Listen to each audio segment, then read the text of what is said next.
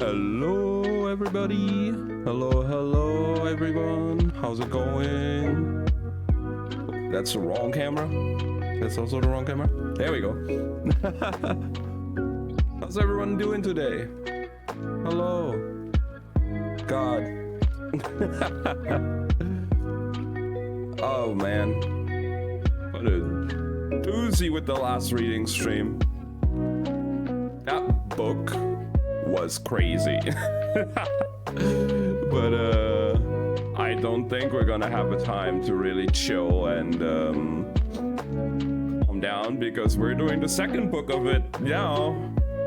Oh well, today, and if the first book is anything to go by, I feel like I'm gonna fucking freak the fuck out on the second one as well, if not even worse. So yeah, hope you guys are ready for that, because I don't think I am. Welcome in, Awayas. I appreciate that. Oh my god, you weren't there. I have to tell you a story. So on Wednesdays now, I'm at my friend's friend Twin's stream. He was there with the Monster Hunter collab on Friday night. He was the one with PC issues. But he's playing a game that it's like a narrative story game, and it doesn't have any voices, so I just randomly decided to hop into the voice call with him. Lily was there as well, and another friend of ours, and we just started voicing the characters in, like, you know, just being stupid, just being goofy. So last week our friend wasn't there, it was just me, Lily, and him. We were like the characters were like a fanfare or something, or like a big like amusement park, whatever. And they started, like, the three main characters were starting to wear like cat ear accessories. So we all decided, as long as they wear those cat ears, we're gonna end every sentence with nya. And it went on for like a good hour or something. Especially the worst part was, at some point they split up, and I was the one voicing the main character, the main dude. And the main dude was talking to another girl that there's like some tension between them. So they went on a Ferris wheel and had this like very, very serious talk about how they're going to move on, and you know how him playing, it's like it has something to do also with piano stuff and all, and like the way he feels connected to his mother through playing a specific piano piece and everything. And during all of that, he was still wearing the cat ears. The other character wasn't, so Lily, who was voicing the girl, was just like going on normally. But I had to end every sentence, even in these serious conversations that sound like absolutely depressed, where you're like, are kind of like down with the mood. I had to go with nya every fucking time because we were going with that bit until it was over. It was funny, but it was also just, you know, it kind of took the tension out of that scene. It's like one side is like super serious, and then the other side's like, yeah, it's like, I feel more connected with my mother playing the piano like this, and yeah. It's like, it was funny. It was great. We had a good time.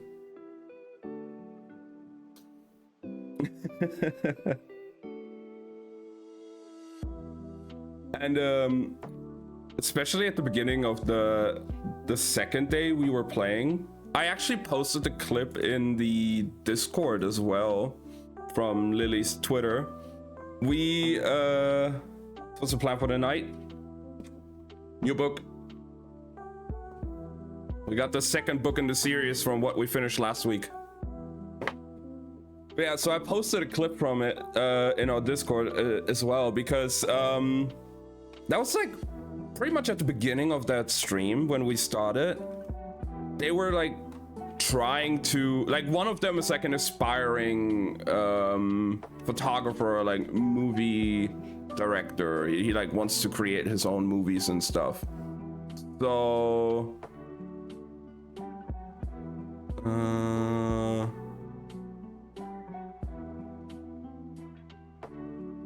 So like the other two characters were helping him like create a little movie. So the first part of it, when he was like, okay, now like you're in the roles, you're like two friends that haven't seen each other in years and you're finally meeting up again.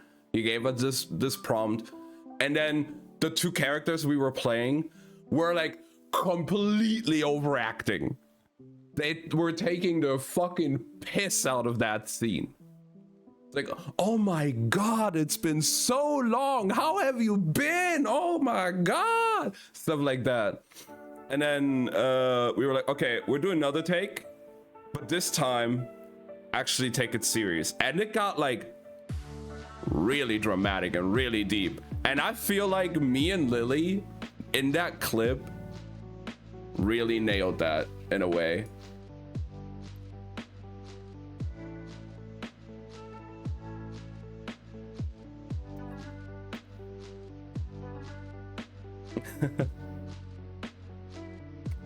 It was a lot of fun.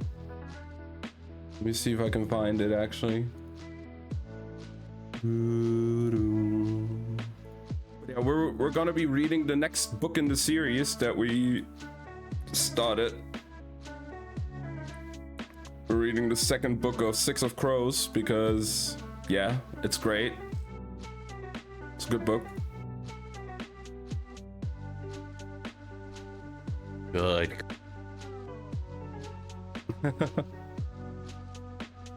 Cannot wait. To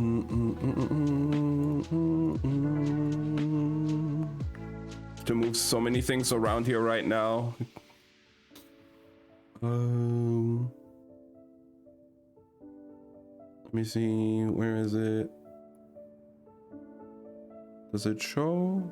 That's the wrong window. Why is it showing chat? I don't want chat. I want this. Boom. I should also turn off this camera. There you go. But like, I'd say like me and Lily did really good there. I could definitely improve a little bit, but considering how I'm still kind of meh on my voice, I think we nailed that pretty well. I thought I'd never see you again. Good, good. Could you show a little bit more emotion? I want to see how the lights catches on your expressions. I'm sorry. I didn't mean to leave you. But you did. You were gone. Oh God, whisper to me. But I'm here now, aren't I?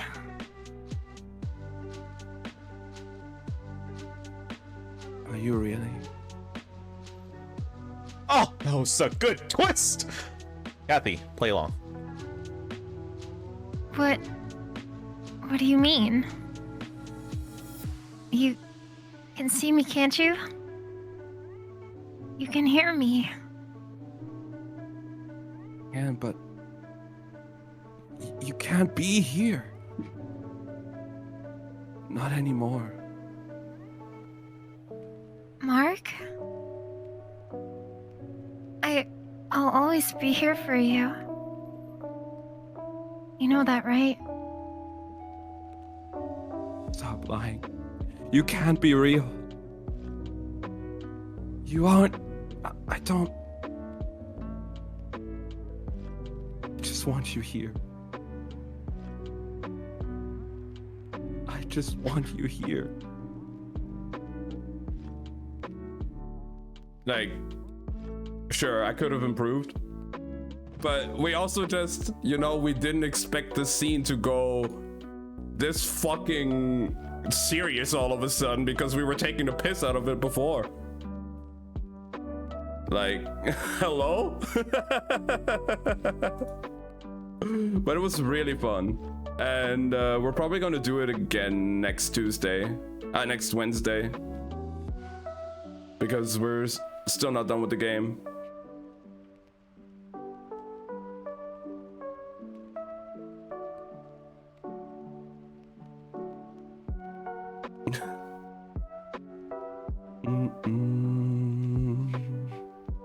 Okay.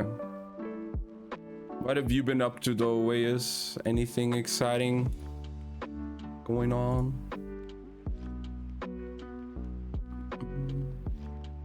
I can also show you. So I have a new mic arm now, considering the previous one was basically fully busted. And like, there you go. Like, this was fully separated. There's like a screw in there as well, and just like taped in there, hopefully holding together. It was kind of like, you know, barely holding on like this. Hey Idoru, how's it going? Hope you're having a good day.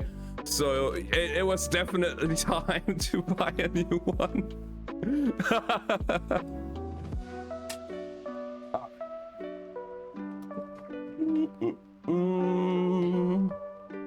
It was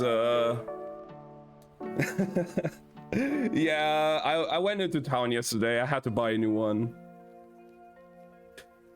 It held on like hopes and dreams and screws and tape.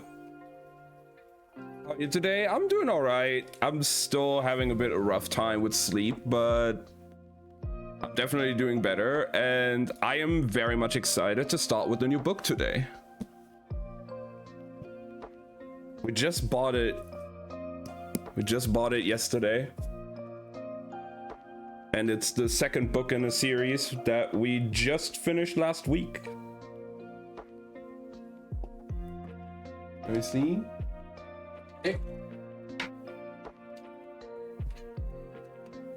This was the previous one, and I fucking loved it. Absolutely amazing.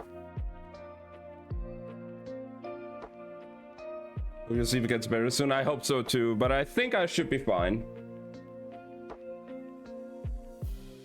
Ooh. Oh. Why did... Okay, the first book didn't have this. Interesting. So, in the first book, there wasn't really like... It was like hard to figure out some of the characters' pronunciations and all.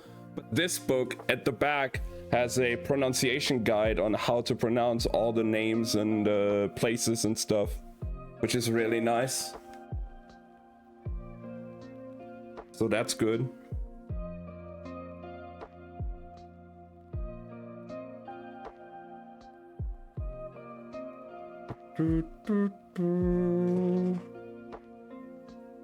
Wait, what did it say in the first one? Oh yeah. Their motto in the first book: no mourners, no funerals. And then for the second one, we have: we never stop fighting.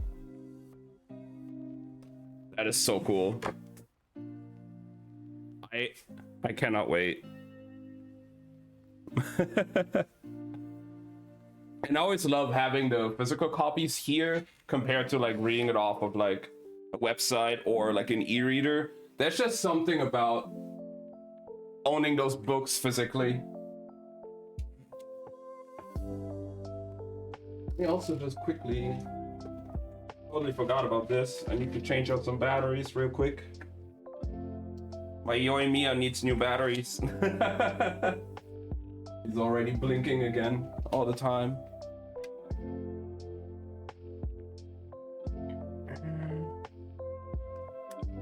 These batteries don't last long. I don't know why. Yoimiya? Yeah, I have like Yoimiya LED acrylic stand. but I need to change the batteries on it.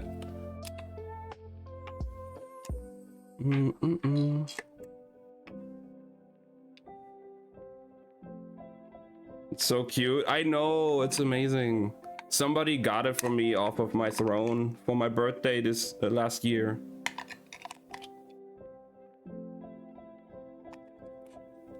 There we go. It's lighting up again. Let me just close it. Put it back.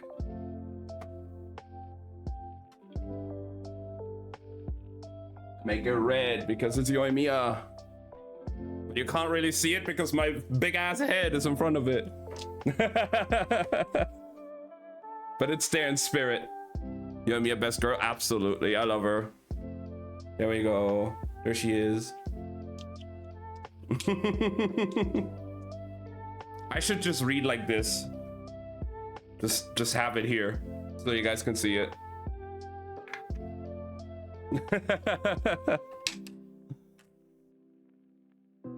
Let me see. Still trying to fine tune this mic arm, but it's fine.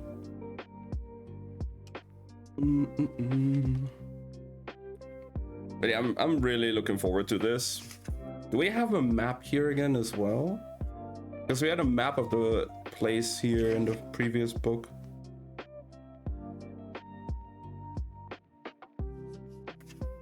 Oh, we do. It looks so good. We have an entire map of I think it's, yeah, it says in the bottom it's Caradum.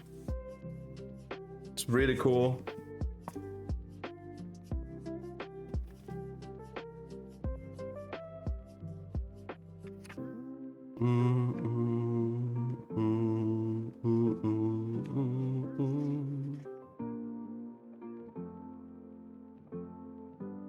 Okay.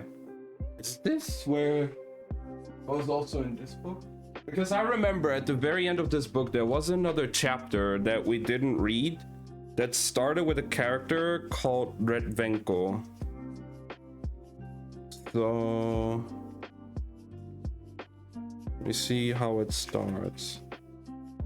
Leaned against the bar and tucked his nose into his dirty shot glass. And then this one. Okay, it's the same chapter, so we can just read from here. All right.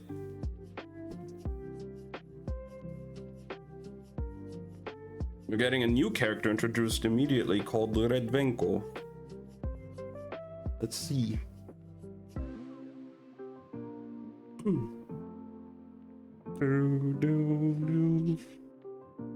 Redvenko leaned against the bar and tucked his nose into his dirty shot glass. The whiskey had failed to warm him. Nothing could get you warm in this saints' forsaken city, and there was no escaping the smell, the throat-choking stew of bilge, clams, and wet stone that seemed to have soaked into its pores, as if he'd been stepping into the city's essence like a world's worst cup of tea. It was most noticeable in the barrel, even more in a miserable dump like this one. A squat tavern wedged into the lower floor of one of the slum's grimmest apartment buildings. Its ceiling bowed by weather and shoddy construction. Its beams blackened by soot from a fireplace that had long since ceased to function. The flue clogged by debris. The floor was covered in sawdust to soak up spilled lager, vomit, and whatever else the bar's patrons lost control of. Redvenko wondered how long it had been since the boards had been swept clean.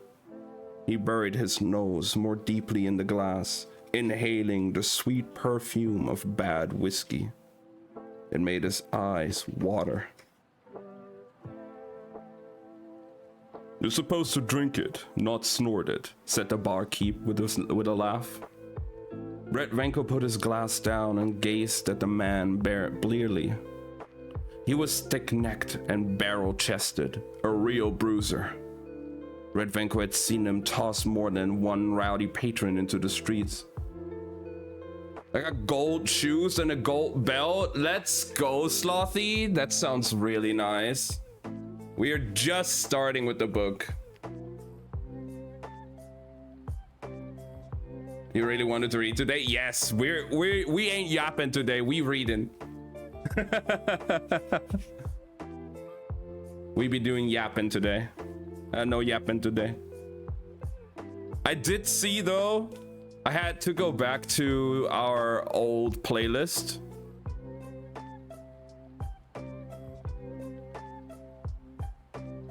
Aw, Slothy.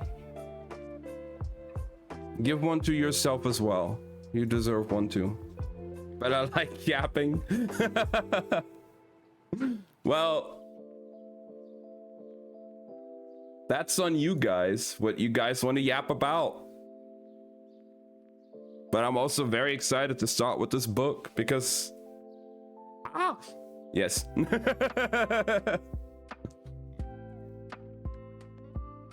But yeah, I saw that basically lots of parts of our last VOD, of our reading stream from last week, had muted audio. Like a lot of it had muted audio because I was using a different playlist, I guess.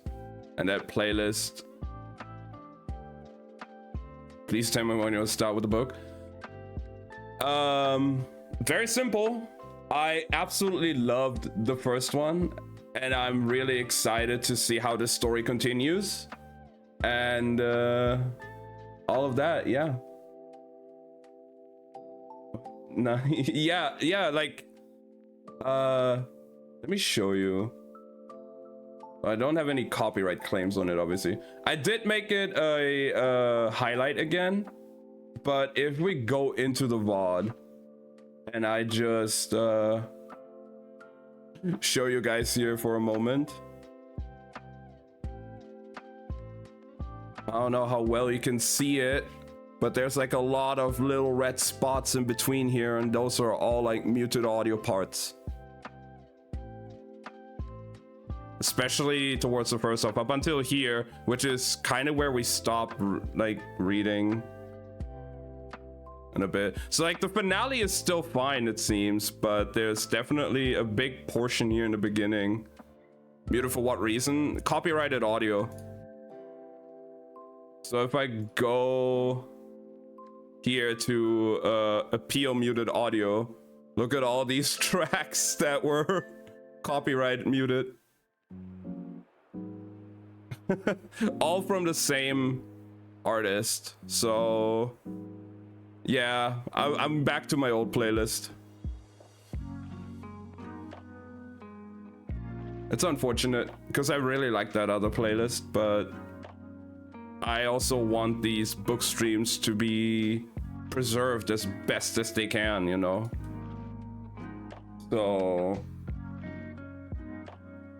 nothing else can be done about that, sadly.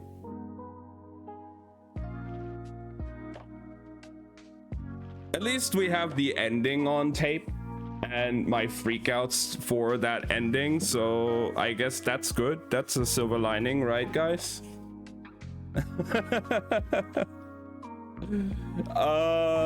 It does break my heart as well because it was so good.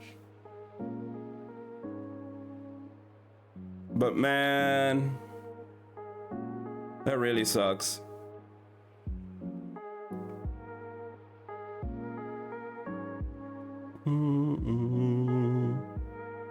I want more freak out. I'm sure there'll be plenty of freakouts with this book as well, Slothy.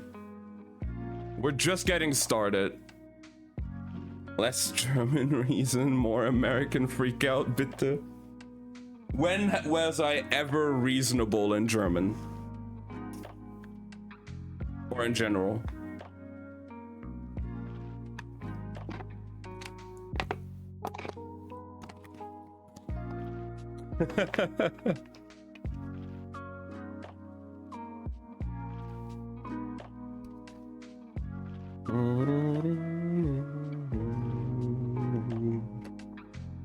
But yeah, we're basically just starting. We're on like the second page at the beginning. Just getting introduced to Red Venko.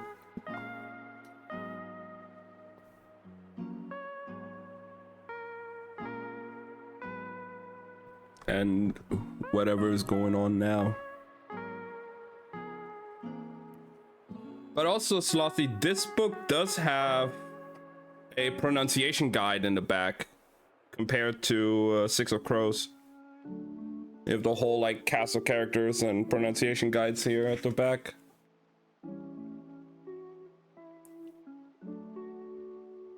I have to look at that at some point as well.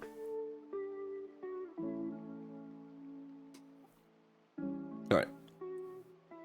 Redvenko had seen him toss more than one rowdy patron into the street, but it was hard to take him seriously dressed in the absurd fashion favored by the young men of the barrel.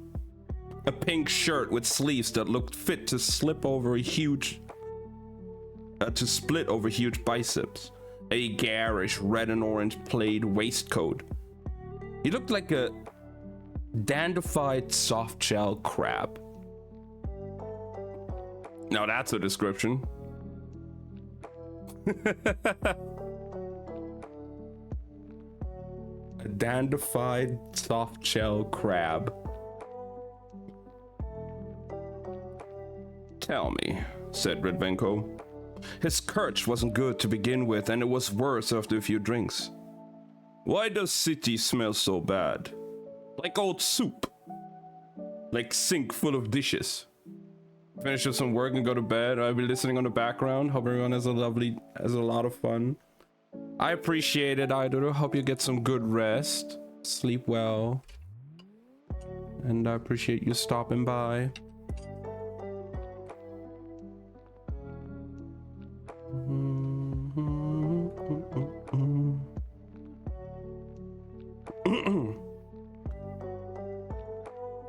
The barman laughed. That's just Caradum. You get used to it.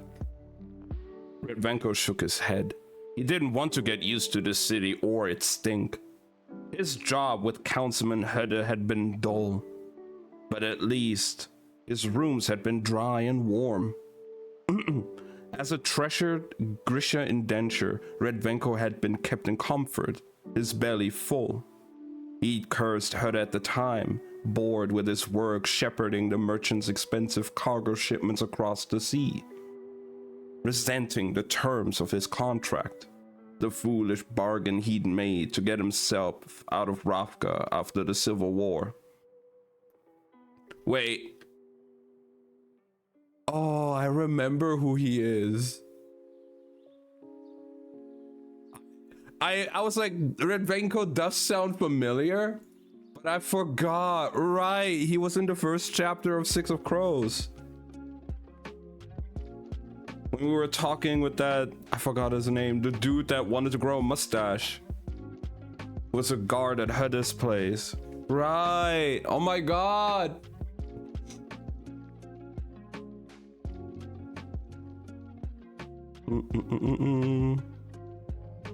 But now he couldn't help thinking of the Grisha workshop at Hedda's house.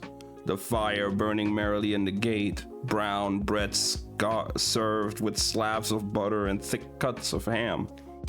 After Hedda had died, the Kirch Merchant Council had let Redvenko take on sea voyages to pay his sway out of the indenture.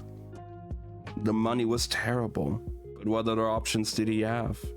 He was a Grisha squalor in a hostile city with no skills but the gifts with which he had been born. Another? The barman asked, gesturing at Redvenko's empty glass. Redvenko hesitated. He shouldn't waste his money. If he was smart with his pennies, he would only need to rent himself one for one more voyage. He would only rent himself out for one more voyage, maybe two. But he'd have enough money to pay off his indenture and buy himself a ticket to Ravka and a third-class berth. That was all he needed. He was due on the docks in less than an hour. Storms had been predicted, so the crew could rely on Redvenko to master the air currents and guide the ship calmly to whatever port they needed to reach. He didn't know where, and he didn't care. The captain would call coordinates, Redvenko would fill the sails or calm the skies. And then he would collect his pay. But the winds hadn't picked up yet. Maybe he could sleep through the first part of the voyage. Redvenko tapped the bar and nodded. What was a man to do? He deserved some comfort in this world. I am not errand boy, he muttered. What's that?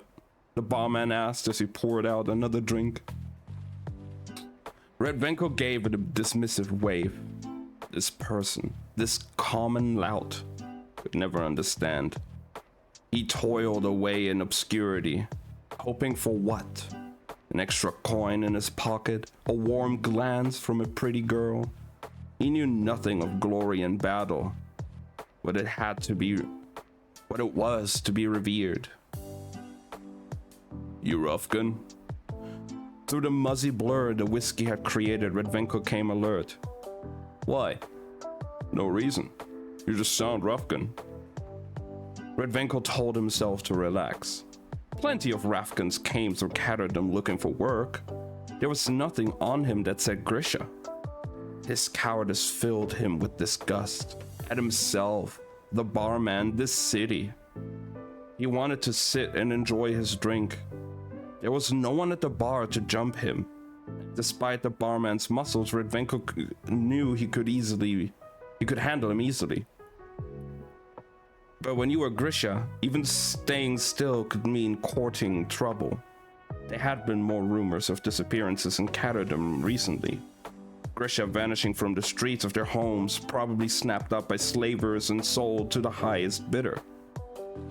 Redvenko would not let that happen to him, not when he was so close to buying his way back to Ravka. He downed the whiskey, slammed the coin on the counter, and rose from the bar stool. He left no tip. A man could work for a living. Redvenko felt a little unsteady as he headed outside, and the moist stink of the air didn't help. He put his head down and set his feet forward, fourth harbor, letting the walk clear his head.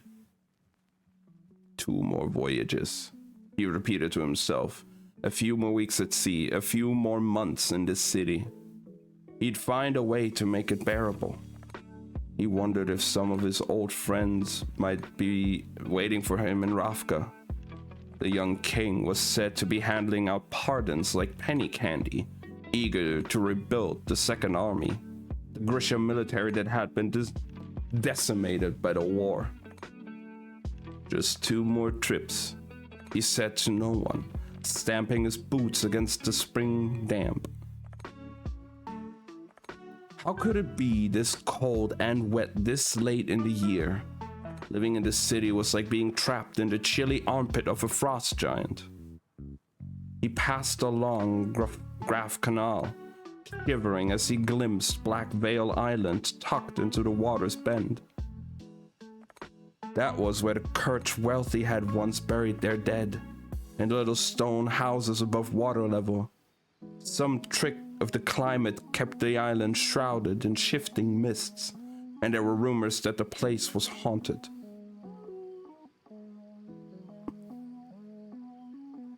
Oh my god, shoes. I'm glad you got some shoes though, Slothy.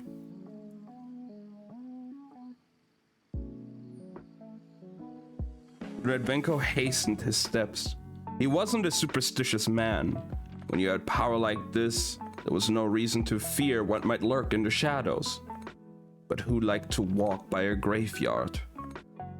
He burrowed deeper into his coat and made quick time down Havenstraat, keeping alert to the movements in every twisting alley. $40? That's not bad for some nice shoes.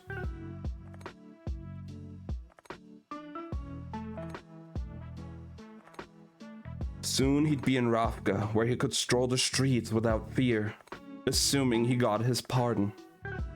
Redvenko squirmed uncomfortably in his coat. The war had pitted Grisha against Grisha, and his side had been particularly brutal. He'd murdered former comrades, civilians, even children. But what was done could not be undone. King Nikolai needed soldiers, and Redvenko was a very good soldier. Redvenko nodded once to the guard stashed in a little booth at the entrance of Fourth Harbor and glanced over his shoulder, confirming he hadn't been followed. He made his way past the cargo containers to the docks, found the appropriate berth, and stood in line to register with the first mate. Redvenko recognized him from past voyages, always harried and ill-humored, scrawny neck poking from the collar of his coat. He held a thick sheaf of documents, and Redvenko glimpsed the purple wax seal of one of the members of the Kerch Merchant Council. Those seals were better than gold in this city, guaranteeing the best berths in the harbor and preferred access to the docks. And why did the councilmen garner such respect, such advantage? Because of coin. Because their missions brought profit to Caradom. Power meant something more in Ravka, where the elements bent to the will of the Grisha and the country was ruled by a proper king instead of a cadre of upstart merchants. Admittedly, Redvenko had tried to depose the king's father, but the point remained.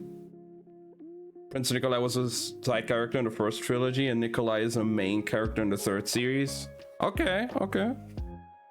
Interesting. It's, I immediately was like, I do recognize the name Redvenko, but like, I couldn't put my finger on it immediately, but now I know. He was from the first chapter of the first book. He was one of the Grisha in the indenture at Hudda. That series is also duology. Do we just have to just buy the entire Grishaverse now?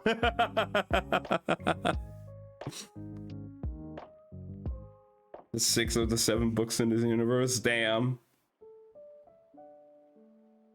We might have to get them all at some point then. Yes, he was. Yeah. No, do not. Why not? You already have the best 2 books. Fair. Don't waste your money. Well, to be fair, the next book we're buying is gonna be Fragile Threads of Power anyway, before we decide on what to do next.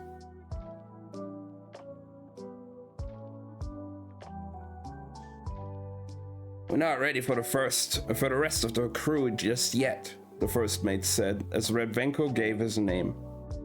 You can warm up in the harbor master's office. We're waiting on our signal from the Council of Tides. If you can find it, then yes. I might just buy it online. Good for you, Redvenko said, unimpressed. He glanced up at one of the black obelisk towers that loomed over the harbor. If there were any chance that High and Mighty Council of Tides could see him from the watchtower, he could have let them know exactly what he thought with a few choice gestures. They were supposedly Grisha, but had they ever lifted a finger to help the other Grisha in the city? To help those down on their luck who might have welcomed a bit of kindness? Good HM and MNX, bye-bye. Good luck, Slothy, hope you get everything you need. Take care, and be safe out there. To help those down on their luck who might have welcomed a bit of kindness? No, they have not, he answered himself. The first mate winced.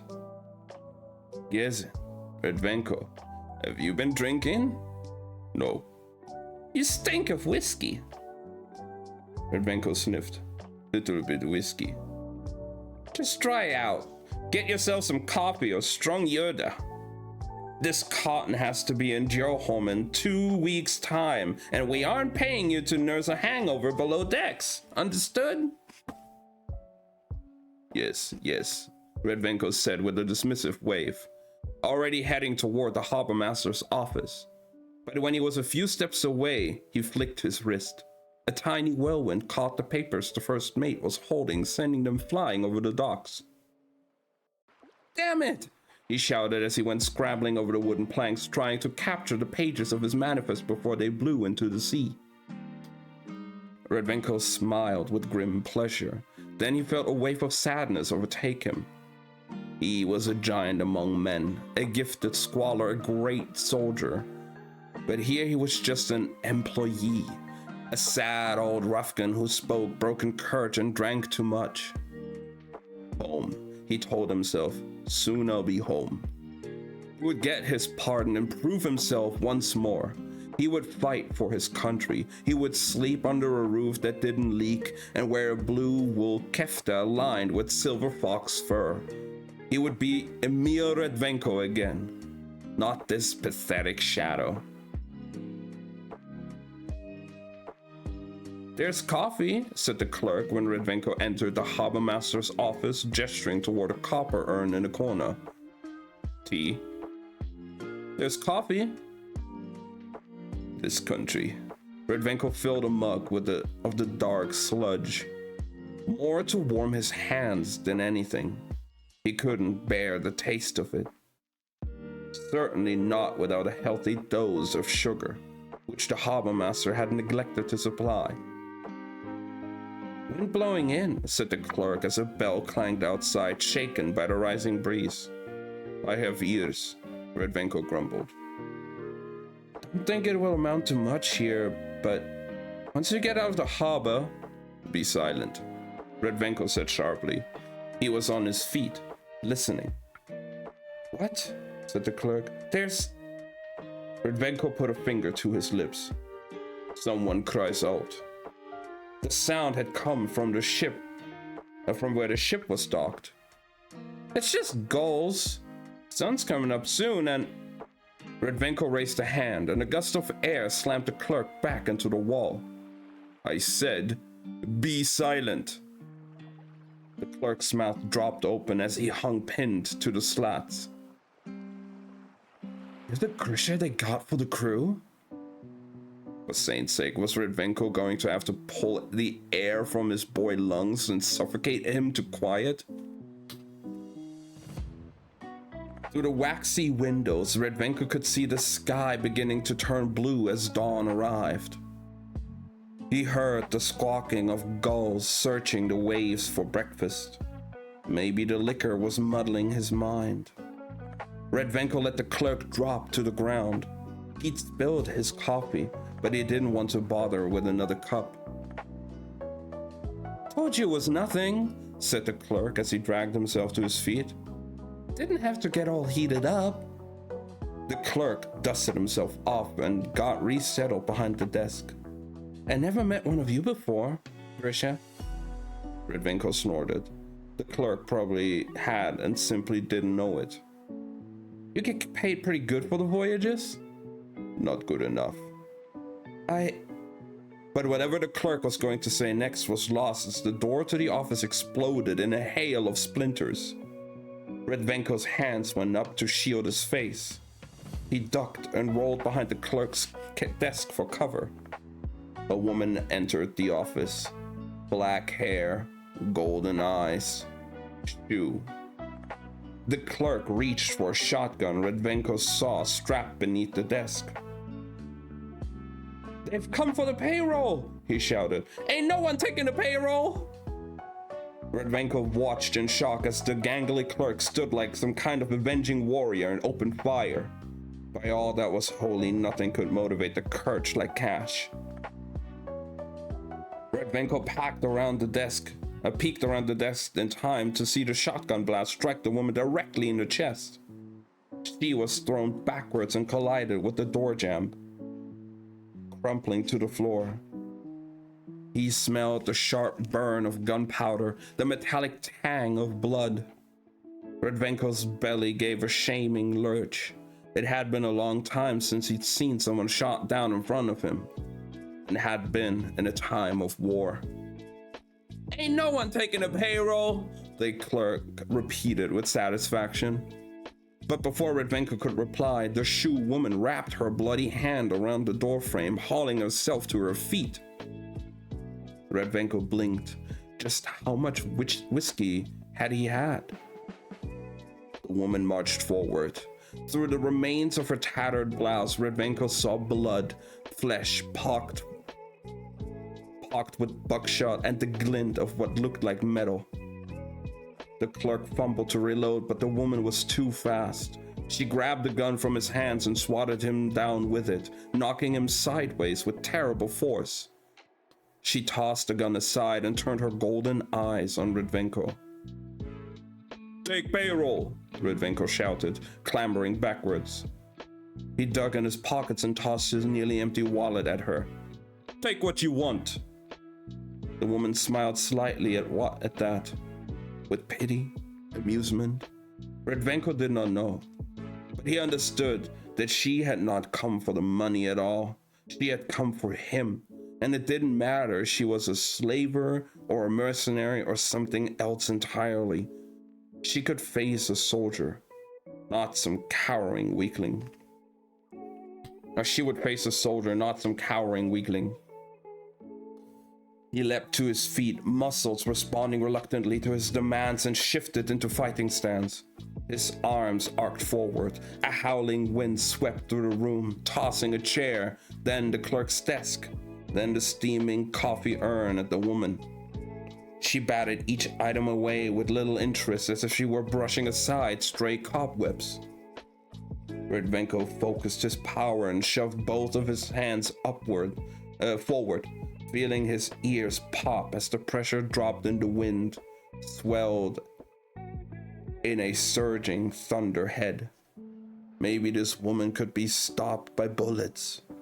Let's see how she fared against the fury of a storm.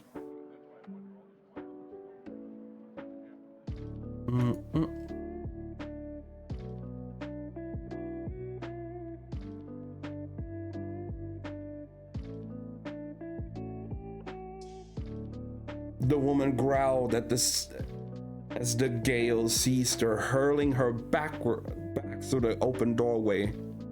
She seized the jam, trying to keep hold. Redvenko laughed. He'd forgotten how good it felt to fight.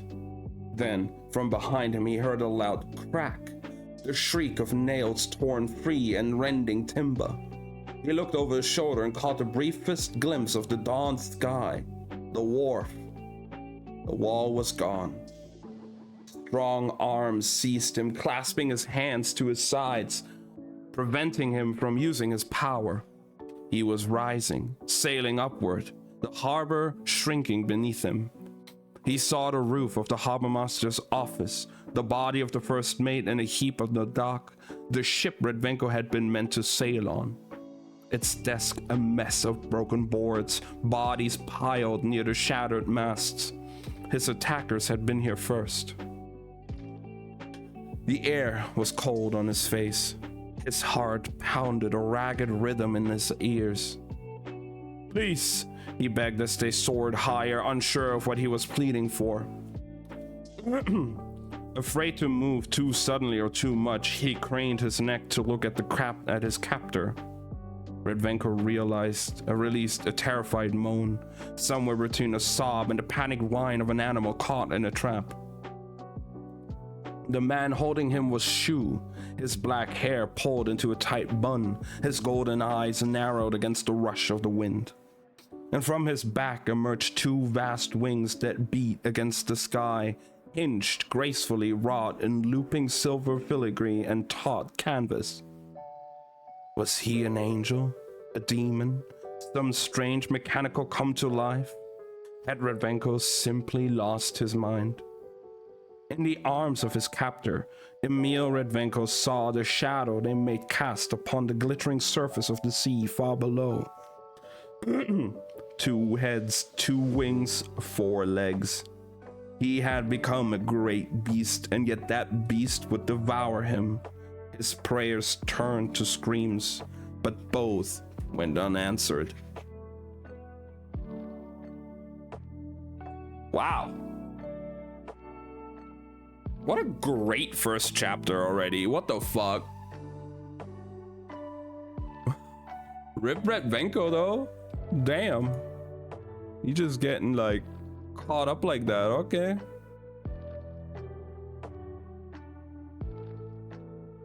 And now chapter 2 goes to Wylan. who was in the first book. One of the people of the crew. So let's see what Kaz's crew is up to, I guess, and what Wylan is doing now. What am I doing here? That thought had run through Wylan's head at least 6 times a day since he'd met Kaz Brecker. But on a night like this, a night when they were working, it rose and fell in his head like a nervous tenor practicing his scales. What am I doing here? What am I doing here? What am I doing here? What am I doing here? Wylan tugged at the hem of his sky blue jacket, the uniform worn by the waiters of Club Cumulus, and tried to look at ease. Think of it as a dinner party, he told himself. He'd endured countless uncomfortable meals at his father's house. This was no different. In fact, it was easier. No awkward conversations about his studies or when he planned to start classes at the university. All he had to do was stay quiet, follow Kaz's instructions, and figure out what to do with his hands. Clasp them in front, too much like a singer at a recital, and back to military. He tried just dangling them at his sides, but that didn't feel right either. Why hadn't he paid better attention to the way waiters stood? Despite Kaz's assurances that the second floor parlor was theirs for the night, Wylan felt certain that at any minute a real member of the staff would enter the room, point at him and shout, "Imposter!" Then again, Wylan felt like an imposter most days. It had been just under a week since they'd reached Caradom, almost a month since they'd left Gerholm. Wylan had been wearing Kuwei's features for most of that time, but whenever he caught a glimpse of his reflection in a mirror or a shop window, it took a long moment to realize he wasn't looking at a stranger. This was his new face now. Golden eyes, wide brow, black hair. His old self had been scrubbed away, and Wylan wasn't sure he knew the person who remained. The person who was standing in a private parlor in one of the Lid's most luxurious gambling dens, caught up in another of Kaz Brecker's schemes. The player at the table lifted his champagne glass for a refill, and Wylan darted forward from his perch against the wall. His hands were shaking as he took the bottle from the silver ice bucket. But there were some benefits to the years he'd spent at his father's social functions. He at least knew how to pour a proper glass of champagne without it foaming over. Wylan could almost hear Jesper's mocking voice. Marketable skills, Merchling. He dared a glance at Jesper now. The sharpshooter was seated at the table, hunched over his cards. He wore a battered navy waistcoat embroidered with small golden stars, and his rumpled shirt shone white against his dark brown skin. Jesper rubbed a tired hand over his face. They'd been playing cards for more than 2 hours. Wylan couldn't tell if Jesper's fatigue was real or part of the act. Wylan filled another glass, focusing on Kaz's instructions. Just take the players' orders and keep one ear on Smeet's conversation, he'd said. It's a job, Wylan. Get it done. Why did they call it a job? It didn't feel like working. It felt like missing a step and suddenly finding yourself falling. It felt like panic. So Wylan took stock of the room's details. A trick he'd often used to steady himself whenever he arrived someplace new or when his father was in a particularly foul mood. He inventoried the pattern of interlocking starbursts that formed the polished wood floor, the shell-shaped nodes of the brown glass chandelier. Cobalt silk wallpaper flocked with silver clouds. No windows to allow in natural light. Kaz said none of the gambling dens had them because the bosses wanted players to lose track of time. Wylan watched Kaz deal another hand to Smeet, Jesper, and the other players at the round table. He wore the same sky blue staff jacket as Wylan, and his hands were bare. Wylan had to fight not to stare at them.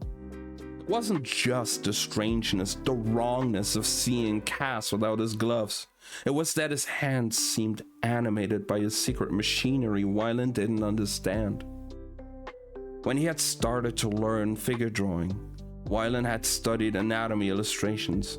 He had a good grasp of musculature, the way bones and joints and ligaments fit together. But Cass's hands moved as if they'd been made for no other purpose than to manipulate cards. Long, wide fingers flexing in easy rhythm, the shuffle precise, each turn economical. Cass had claimed he could control any deck. So why was Jesper losing so badly? When Cass had outlined this part of the plan at the hideout on Black Veil, Wylan had been incredulous, but for once, he hadn't been the only one with questions. Let me get this straight, Nina said. Your grand scheme is to give Jesper a line of credit and make him play cards with Cornelis Smeet? Or Cornelis Smeet? Smeet likes high stakes. Likes high stakes three-man Bramble and Blondes, said Cass. So we're going to give him both. I'll deal the first half of the night, then Specht will take over. Hey Angel, how's it going? I bet on the girl. We'll see how it goes. Wylan didn't know Specht well. He was a former Navy seaman, a member of the dregs who had piloted their ship to and from the ice court. If Wylan was honest, between the grizzled jaw and the tattoos that ran halfway up Specht's neck, he found the sailor slightly frightening. But even Specht had looked concerned when he said, I can deal cards, Cass, but I can't control a deck. What you reading? Same book or new book? It's the second book of the series, Crooked Kingdom. It's a new one, but it's a continuation of Six of Crows.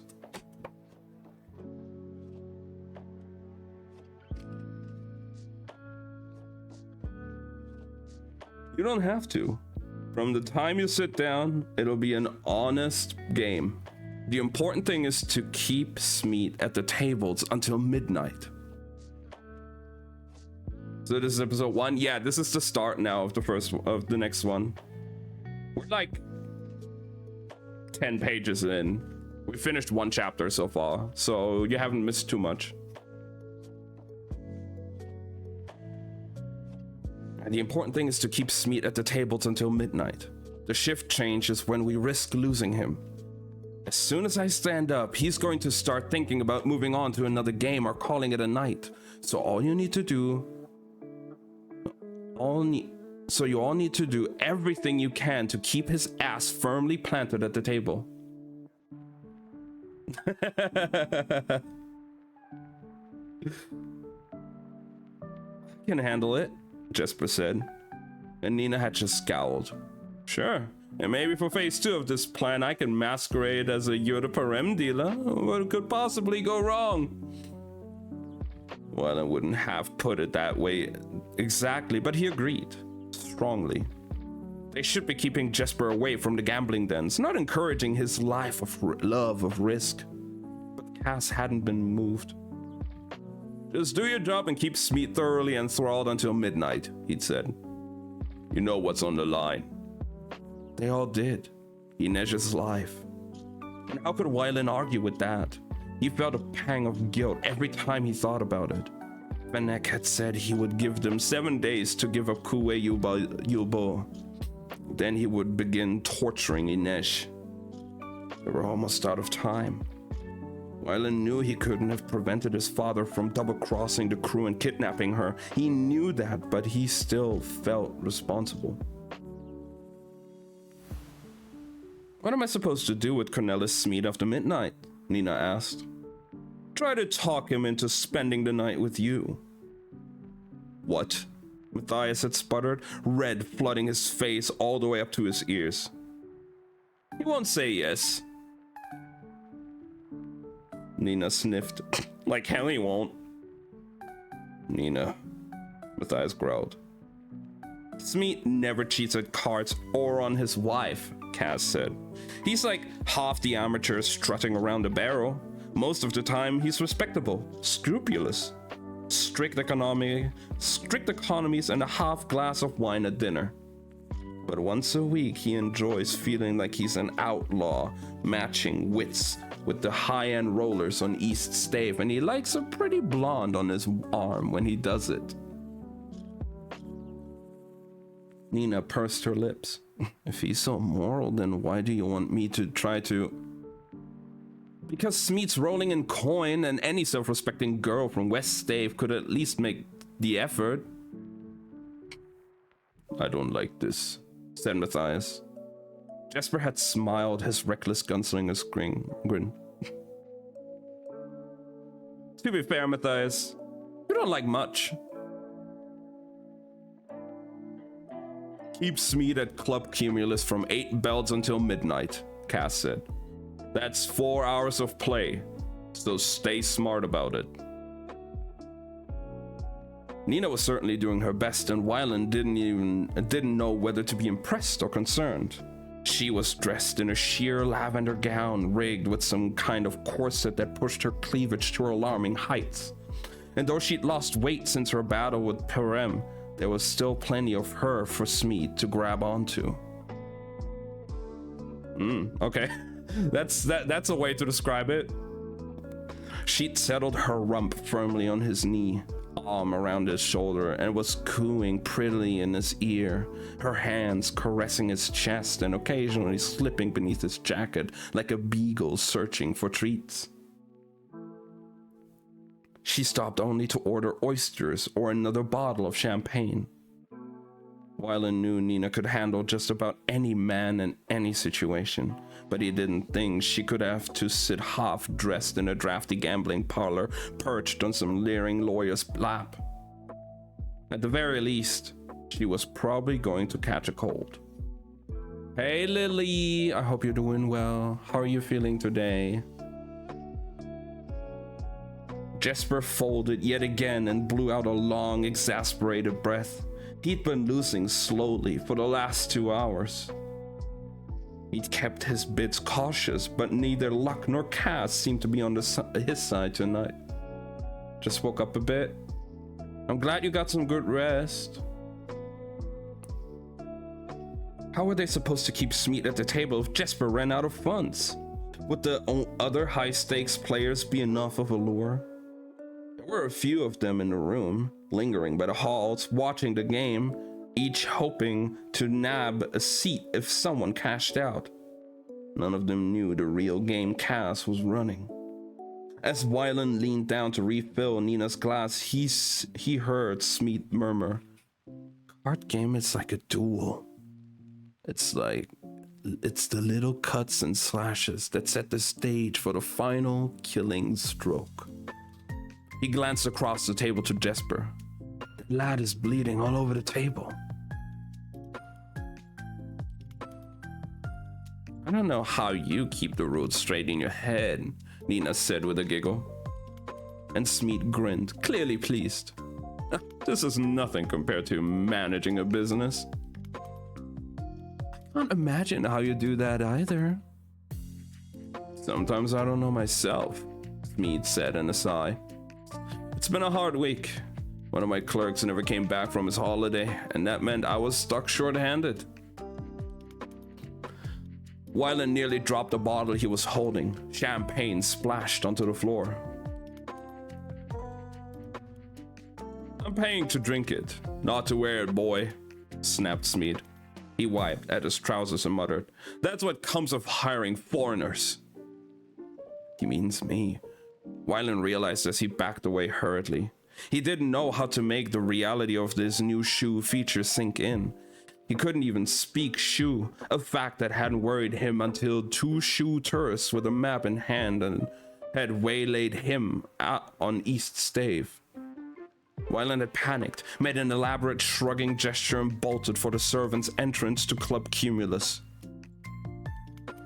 "Poor baby," Nina said to Smeed, running her fingers through his thinning hair and adjusting one of the flowers tucked into her silky blonde tresses. Wylan wasn't sure if she'd actually told Smeed she was from the House of the Blue Iris, but he certainly would have assumed so. Jesper leaned back in his seat, fingers tapping the handles of his revolvers. The movement seemed to draw Smeed's eye. These guns are remarkable. Real mother of pearl in the handles, if I'm not mistaken. Smeed said in the tones of a man who was rarely mistaken. I have a fine collection of firearms myself, though nothing in the line of the many repeating revolvers. Oh, I'd love to see your guns, Nina cooed, and Wyland looked at the ceiling in an attempt to avoid rolling his eyes. Are we going to sit here all night? Wyland tried to hide his confusion. Wasn't the whole point to get him to stay? But apparently Nina knew better because Smeed's face took on a slightly mulish cast. Hush now. If I win big, I may bet you something pretty. I'll settle for some more oysters. You haven't finished those. Wyland caught the quiver of Nina's nostrils and thought she might be drawing a fortifying breath. She'd had no appetite since she'd recovered from her bout with Perem, and he didn't know how she'd managed to slurp down nearly a dozen oysters. Now he watched her swallow the last of them with a shudder. Delicious, she managed with a glance at Wyland. Let's have some more. That was the signal. Wyland swooped in and picked up the big dish laden with ice and discarded shells. Lady has a craving, Smeed said. Oysters, miss? Wyland asked. His voice sounded too high. Buttered prawns? Too low. She'll have both, said Smeed indulgently. And another flute of champagne. Marvelous, said Nina, looking slightly green. Wyland rushed through the swinging door to the servants' pantry. It was stocked with plates, glassware, napkins, and a tin tub full of ice. A dumbwaiter took up a large section of the far wall, and there was a trumpet-shaped speaking tube next to it to allow the staff to communicate with the kitchen. Thank you for the lurk, Angel. I appreciate it. Wyland set the dish of ice and shells on the table, then called down to the kitchen for oysters and buttered prawns. Oh, and another bottle of champagne. What vintage? More of the same? Wyland had heard his father's friends talk about which wines made for good investments, but he didn't quite trust himself to choose a year. By the time he returned to the parlor with Nina's order, Cass was standing up from the table. He made a gesture as if he was dusting off his hands, the sign that the dealer had finished his shift. Fecht sat down, a blue silk cravat tied to his throat to hide his tattoos. He shook out his cuffs and called for players to up the ante or cash out.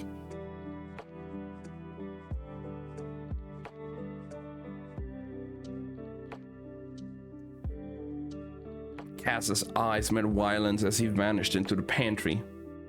This was the moment. According to Cass and Jesper, a player often thought his luck was bound to the dealer and would stop play at the shift change. Wyland watched in distress as Smeed stretched and gave Nina's bottom a firm pat. We've had a good run, he said, glancing at Jesper, who was staring dejectedly at his meager pile of remaining chips. We may find better game elsewhere. But my food just came, pouted Nina. Wyland stepped forward, unsure of what to say, only knowing that they had to delay Smeed. Is everything to your liking, sir? Can I offer you and the lady something more? Smeed ignored him, hands still hovering over Nina's backside. There's finer victuals and better service to be had all over the lid, my dear. A big man in a striped suit approached Smeed, eager to snag a seat. Cashing out. Smeed gave Jesper a friendly nod. Looks like we both are, eh, lad? Better luck next time. Jesper didn't return the smile. I'm not done here. Smeet gestured to Jesper's sad stack of chips. Certainly looks like you are. Jesper rose and reached for his guns. Wylan clutched a bottle of champagne in his hands as the other players pushed back from the table, ready to grab their own weapons or dive for cover. But all Jesper did was unsling his gun belt. Gently, he laid the revolvers on the table, fingers brushing over their high gloss ridges with care. How much for these? He asked. Wylan tried to catch Jesper's eye. Was this part of the plan? And even if it was, what was Jesper thinking? He loved those guns. He might as well cut off his own hand and throw it into the pot. Specht cleared his throat and said, "The Cumulus isn't a pawn shop. We accept cash and credit from the Gaiman's bank only." "I'll stake you," Smeed said with studied disinterest. "If it will get the game moving again, 1,000 Kruger for the guns." "They're worth 10 times that." 5,000 Kruger. 7. 6. And that's only because I'm feeling generous. "Don't," Wylan blurted, and the room went silent. Jesper's voice was cold. "I don't remember asking you for your advice." "The insolence," said Smeed. "Since when do waiters involve themselves in gameplay?" Anina glared at Wylan, and Specht's tone was furious with disbelief when he said, "Gentlemen, shall we get this game rolling again? Ante up." Jesper shoved his revolvers across the table to Smeed, and Smeed slid a small stack of chips over to Jesper in return. "All right," said Jesper, his gray eyes bleak. "Deal me in." Wylan stepped back from the table and disappeared into the pantry as quickly as he could. The dish of ice and shells was gone and Cass was waiting. He'd thrown a long orange cape over his blue jacket. His gloves were already back in place. "Cass," Wylan said desperately, "Jesper just put his guns up." "How much did you get for him?" "What does that matter? 5,000 Kruger? 6. Good. Not even Jesper should be able to run through that in less than 2 hours.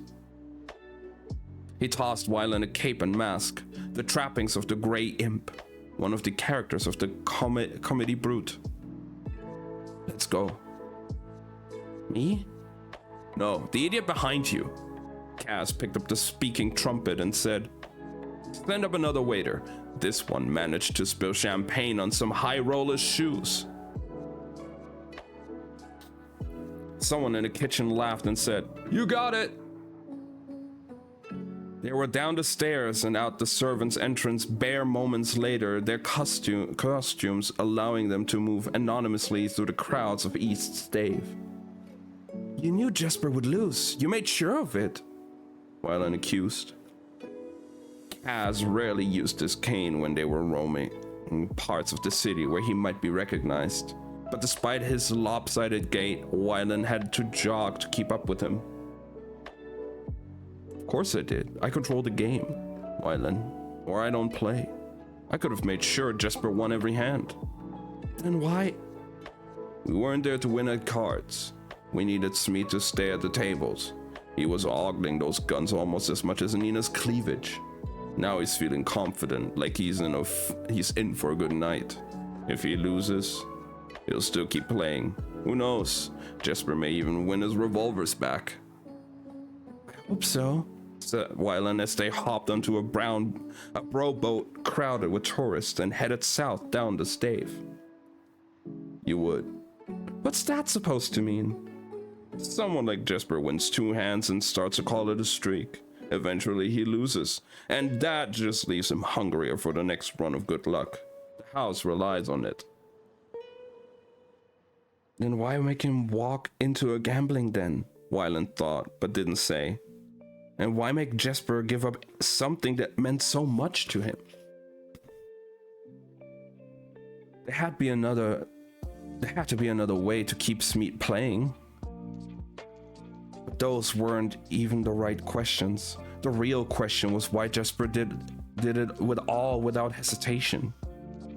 Maybe he was still looking for Cass's approval, hoping to earn back his favor after Jesper's slip had led them into the ambush at the docks that had nearly cost Inesha her life. Or maybe Jesper wanted something more than forgiveness from Cass. What am I doing here again? Wylan wondered again. He found himself gnawing on his thumb and forced himself to stop.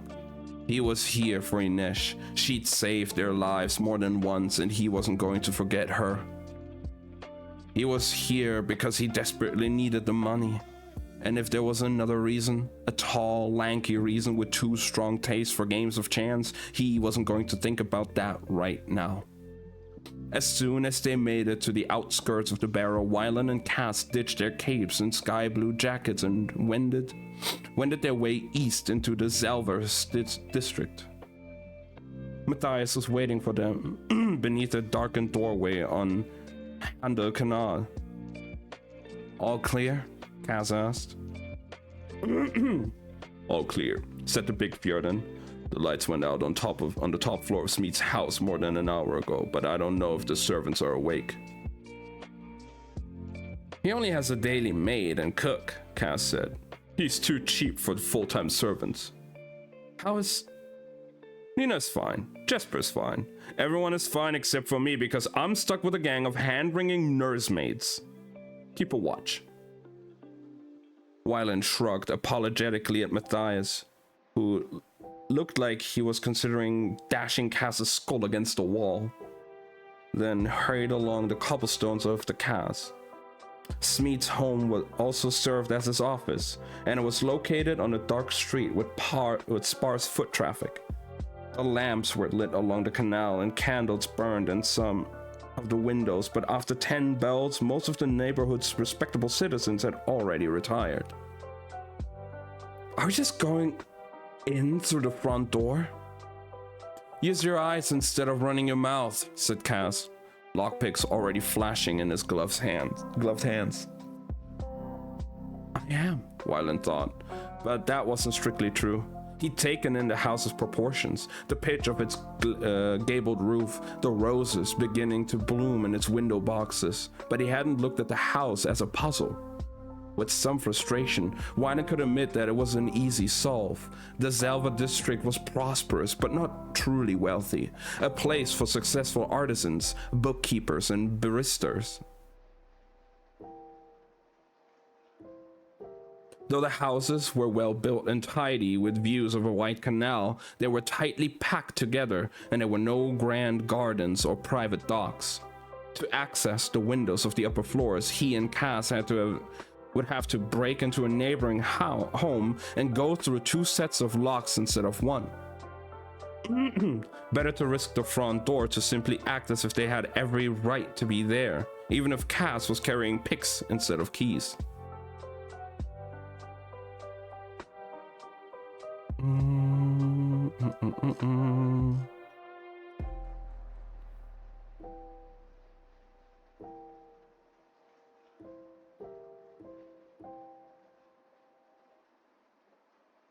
One second.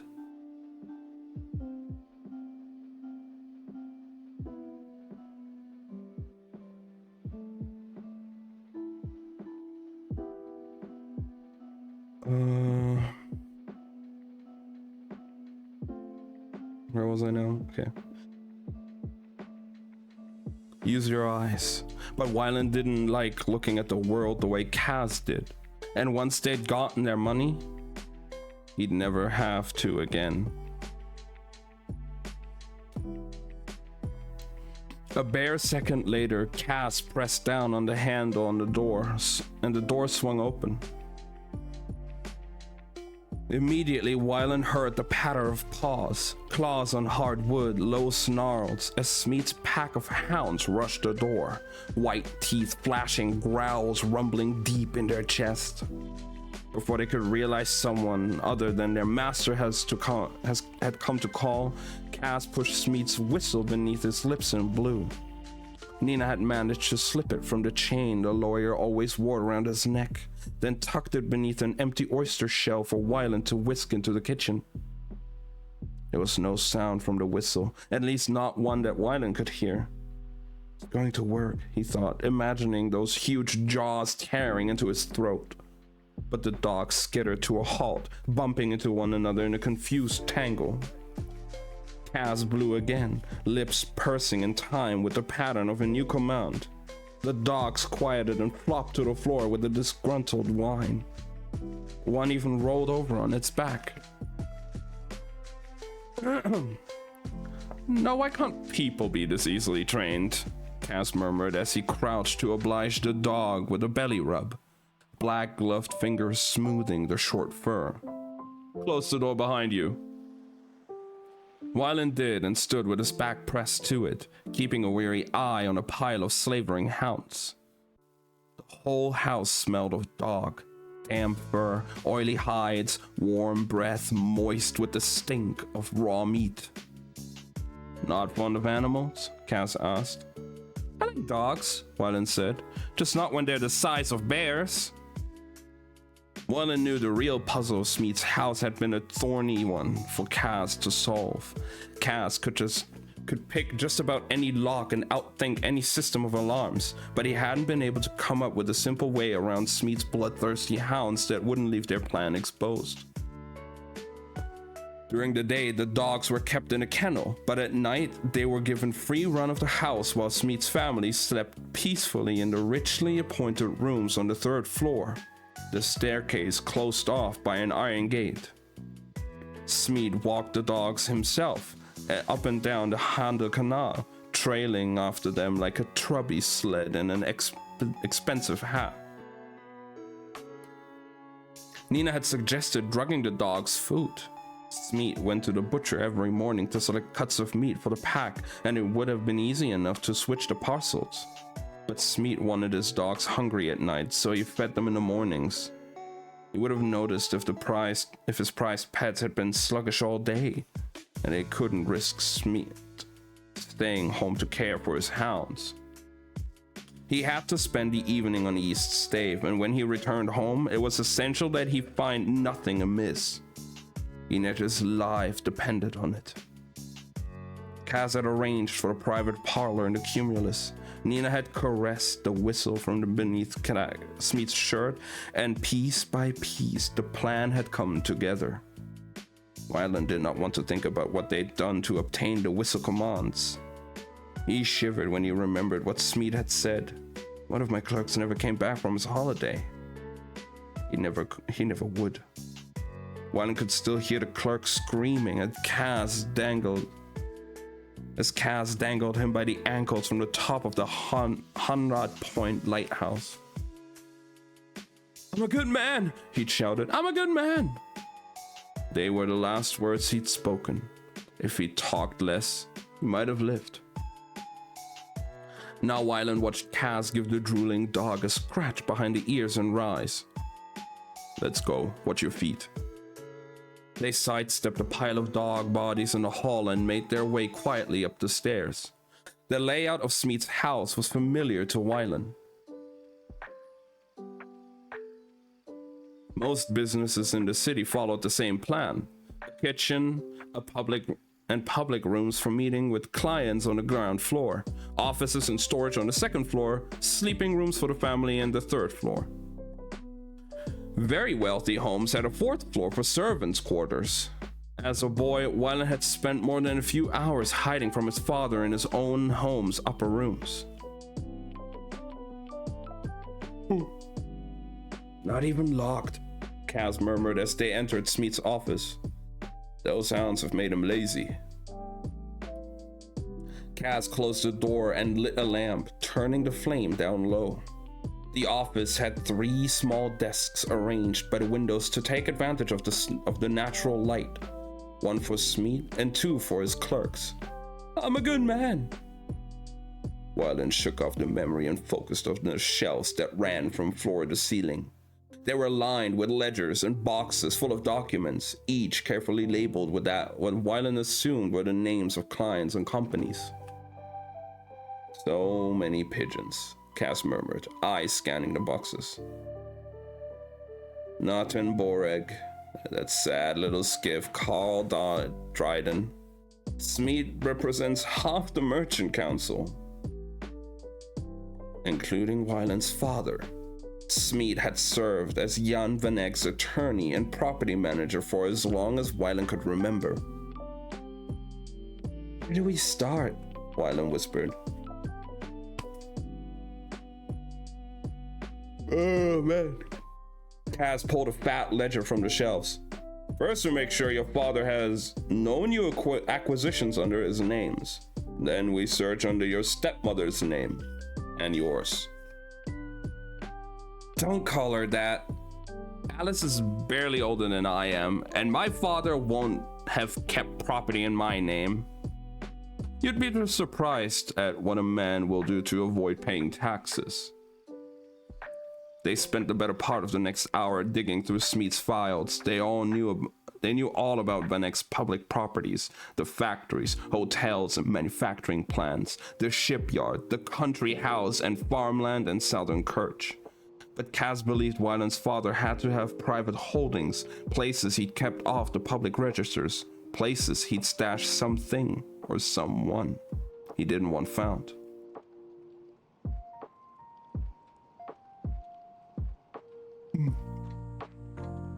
Cass read names and ledger entries aloud, asking Wyland questions and trying to find connections to properties or companies that hadn't yet discovered. Wyland knew he owed his father nothing, but it still felt like a betrayal. Killed Spin? Asked Cass. A cotton mill. I think it's in Seafort. Too far. He won't be keeping her there. What about Firma Alabest? Wyland searched his memory. I think that one's a cannery. They're both practically printing cash, and they're both in Alice's name. But Van Eck keeps big earners to himself: the shipyard, the silos at Sweet Reef. I told you, Wyland said, fiddling with a pen on one of the blotters. My father trusts himself first. Alice only so far. He wouldn't leave anything in my name. Cass just said, next ledger, let's start with the commercial properties. Wyland stopped fiddling with his pen. Was there something in my name? Cass leaned back. His look was almost challenged when he said, a printing press. The same old joke, so why did it still sting? Wyland set down the pen. I see. He's not what I would call a subtle man. Comedy is in your name too. Of course it is, Wyland replied, wishing it sounded less bitter. Another private laugh for his father to enjoy. An abandoned island with nothing on it but a broken down amusement park, a worthless place for his worthless, illiterate son. He shouldn't have asked. As the minutes ticked away and Cass continued reading aloud, Wyland became increasingly agitated. If he could just read, they'd be moving twice as fast through the files. In fact, Wyland would already know his father's business inside out. I'm slowing you down, he said. Cass flipped open another sheaf of documents. I knew exactly how long this would take. What was your mother's family name? There's nothing in her name. Humor me. Hendricks. Cass walked to the shelves and selected another ledger. When did she die? I was 8. Wyland picked up the pen again. Her father got worse after she was gone. At least that was how Wyland remembered it. The months after his mother's death were a blur of sadness and silence. He wouldn't let me go to a funeral. I don't know where she's buried. Why do you guys say that anyway? No mourners, no funerals? Why not just say good luck or be safe? We like to keep our expectations low. Kaz's gloved fingers trailed down a column of numbers and stopped. His eyes moved back and forth between the two ledgers and he snapped the leather covers shut. Let's go. Did you find something? Kaz nodded once. I know where she is. Wylan didn't think he imagined the tension and the rasp of Kaz's voice. Kaz never yelled the way Wylan's father did, but Wylan had learned to listen for that low note, that bit of black harmony that crept into Kaz's tone when things were about to get dangerous. He'd heard it after the fight at the docks when Inesh lay bleeding on the from Uman's knife. Then when Kaz had learned it was Pekka Rollins who tried to ambush them and again when they'd been double-crossed by Wylan's father. He'd heard it loud and clear atop the lighthouse as the clerk screamed for his life. Wylan watched as Kaz set the room to rights. He moved an envelope a little more to the left, pulled a drawer on the largest file cabinet out a bit farther, pushed a chair back just so. When he was done, he scanned the room, then plucked the pen from Wylan's hands and set it carefully on its place on the desk. A proper thief is like proper poison, Merchling. He leaves no trace. Kaz blew the lamp out. Your father much for charity? No, he tithes the Gezen, but he says charity robs men of the chance at honest labor. Well, he's been making donations to the Church of St. Hilda for the last 8 years. If you want to pay your respects to your mother, that's probably the place to start.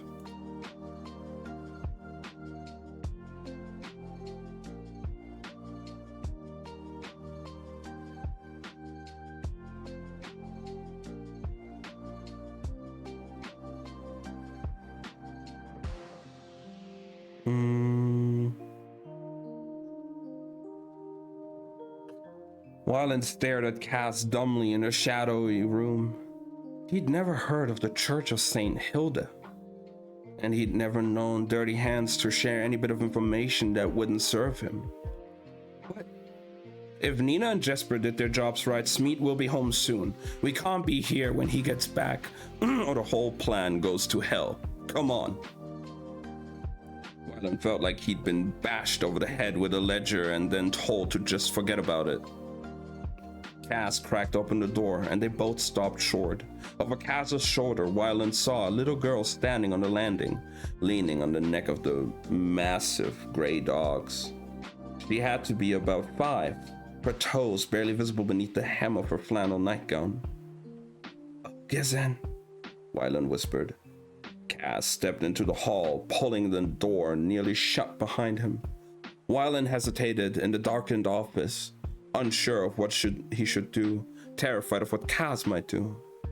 The girl looked up at Kaz with big eyes, then removed her thumb from her mouth.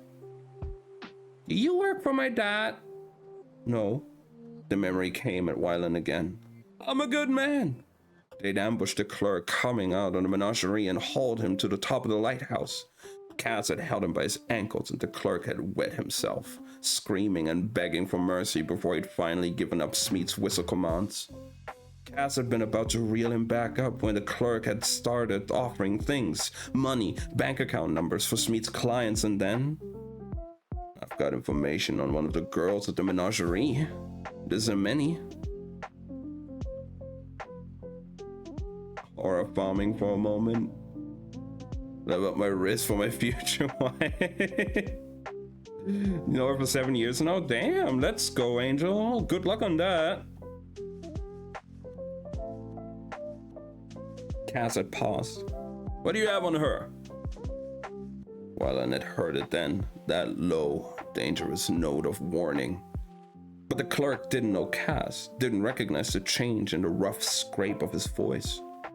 He thought he'd found a wedge, something Kaz wanted. One of her clients is giving her expensive gifts. She's keeping the money. You know what the peacock did to the last girl she caught holding out on her? I do, Kaz said, his eye glinting like the edge of a straight razor. Tante Helene beat her to death. Kaz, Wyland had attempted, but the clerk kept talking. A friendship, my undying love on her? Hell yeah. I mean, that's already a good start. I hope it goes well.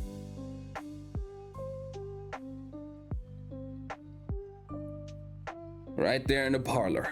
The girl knows she's cooked if I tell. She sees me for free just so I keep my mouth shut. Sneaks me in.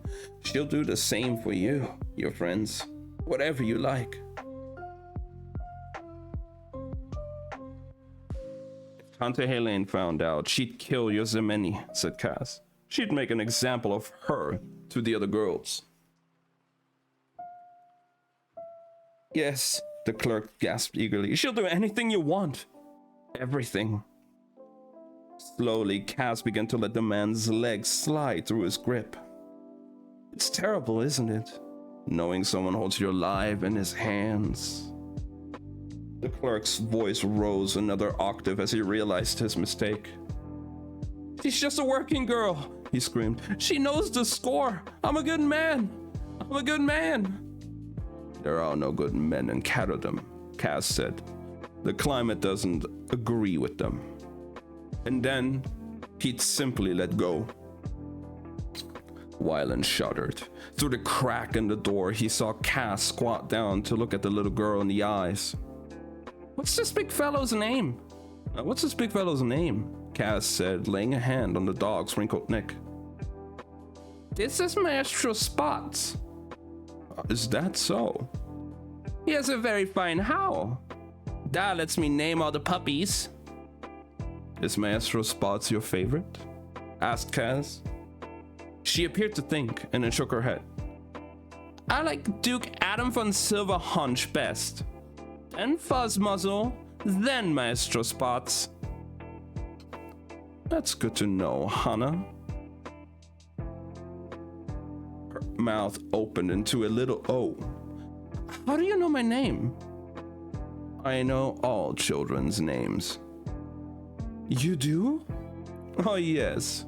Albert, who lives next door, and Gertrude on Amberstraat. I live under their beds and in the backs of the closet. I knew it. The girl breathed fear and triumph in her voice. Mama said there was nothing there, but I knew it. She cocked her head to one side.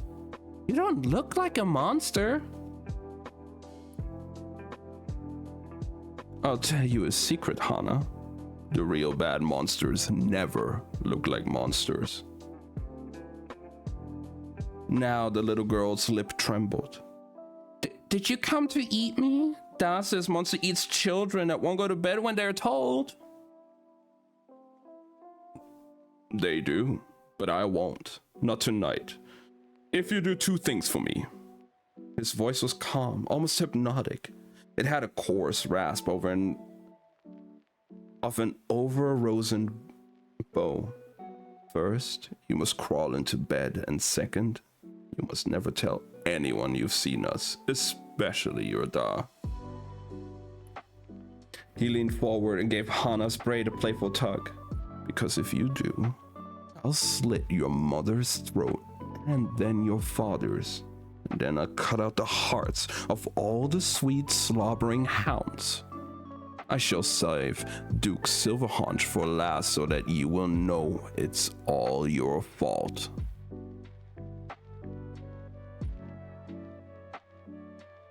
He just did not say that to a little 5-year-old. What the fuck? What?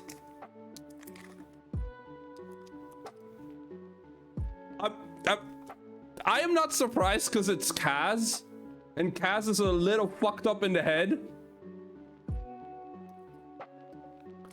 But like, you can't just do that to a 5-year-old. What the fuck? Hello? Nah. Ain't no fucking way. What did the 5-year-old do to you, man? I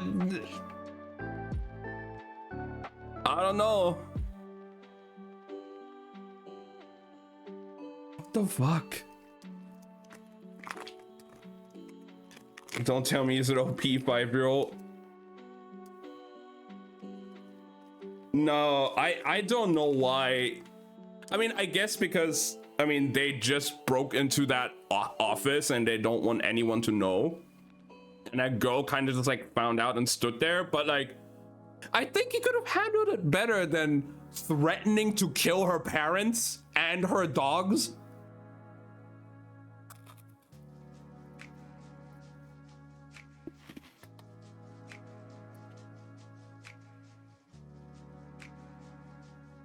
Thank you for the lurk, CL. I appreciate it.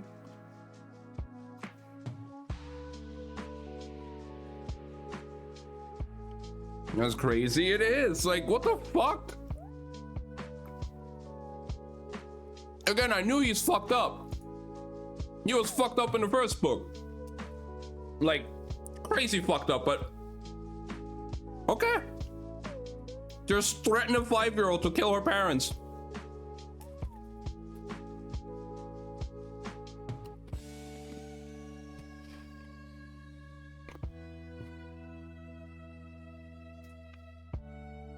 Girl got free trauma on that day. Yeah.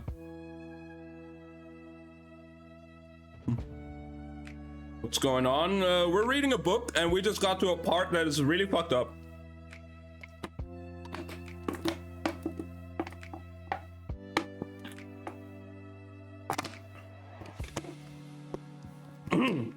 Yeah, I think that girl is gonna be fucking traumatized for the rest of her life.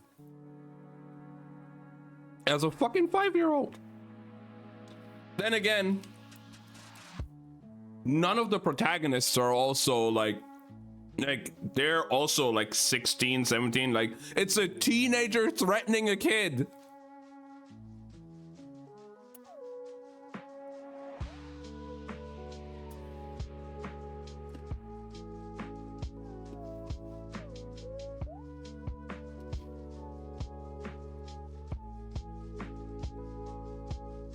Like, what the fuck?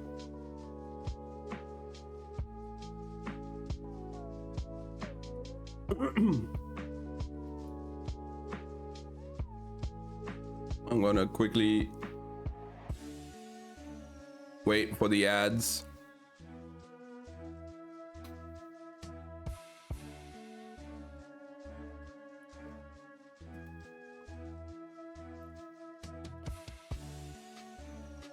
Oh man, like, I got no ads. I'm ads free. Even as a brother, that's still fucked up to do, but I guess. But it's just like some dude breaking into that house and be like, oh yeah, if you tell anyone about this, I'm gonna kill everything you love. Like, what the fuck? Kaz, you need to calm the fuck down, bro. That is just insane.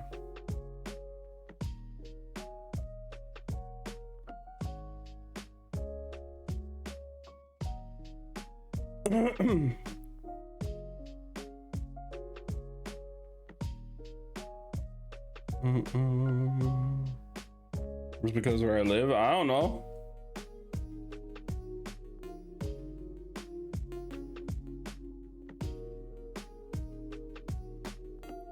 It is weird.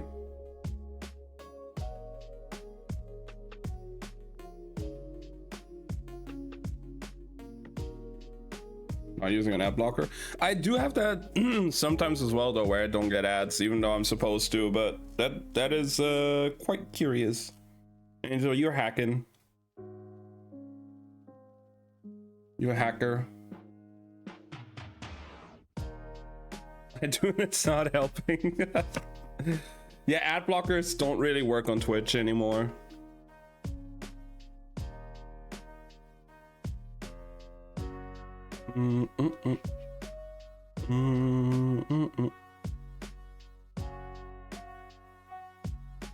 They do. Specific ones, I think, but then again, Don't you guys want to support me with the ads? With the money? Money.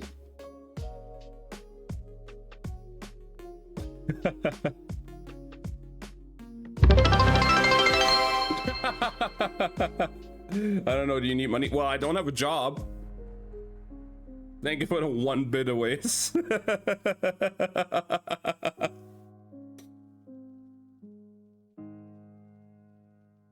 I wouldn't say no to a little bit of money, you know.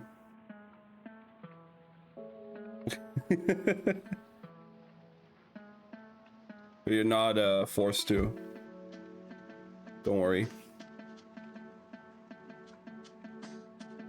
Alright. The little girl's face was as white as the lace on the neck of her nightgown.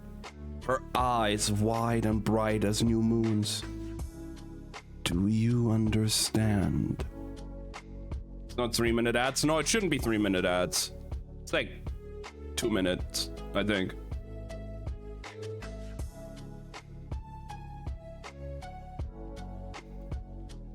She nodded frantically, chin wobbling. Now, no tears. Monsters see tears and it only whets their appetite. Off to bed with you and take that useless Maestro Spots along too. She skittered backward over the landing and up the stairs. Oh my god, Lily! What the fuck? What the fuck? Lily! Thank you for the 1,000 bits. Holy shit. What?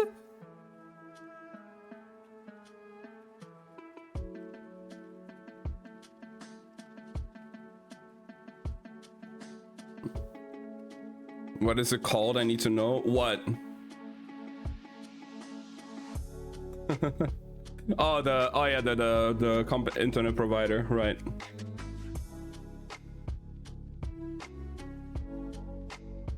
Take my money. I mean, I appreciate it, Lily. I just didn't expect it. What the fuck? Sure. Okay. I was just about to continue with the book, and then you just throw that money at me like that. What the hell?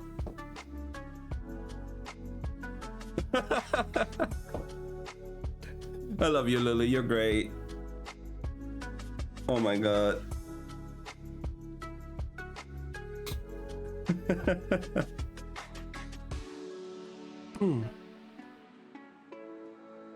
She skittered backward over the landing and up the stairs. When she was halfway up, she cast a terrifying glance back at Cass.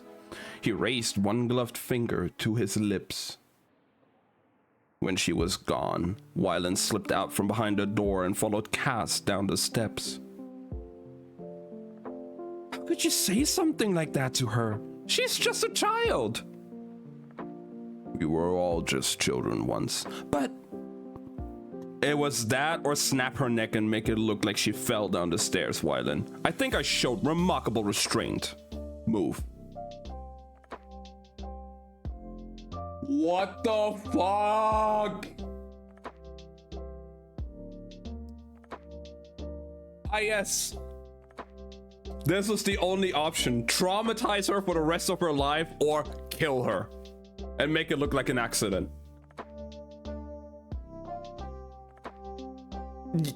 Yeah, sure. Okay. What the fuck?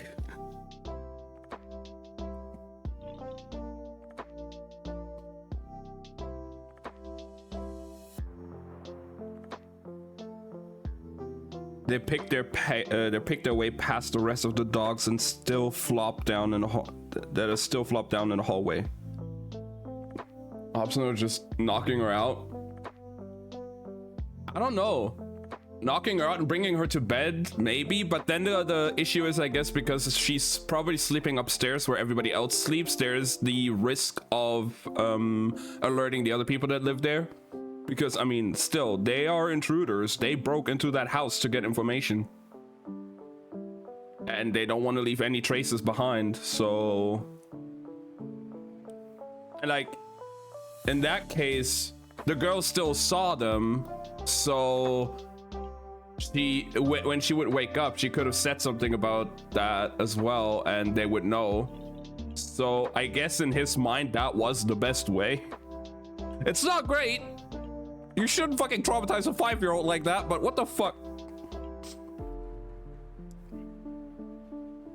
Incredible, said Cass. Ever heard of sleepwalking? Nah.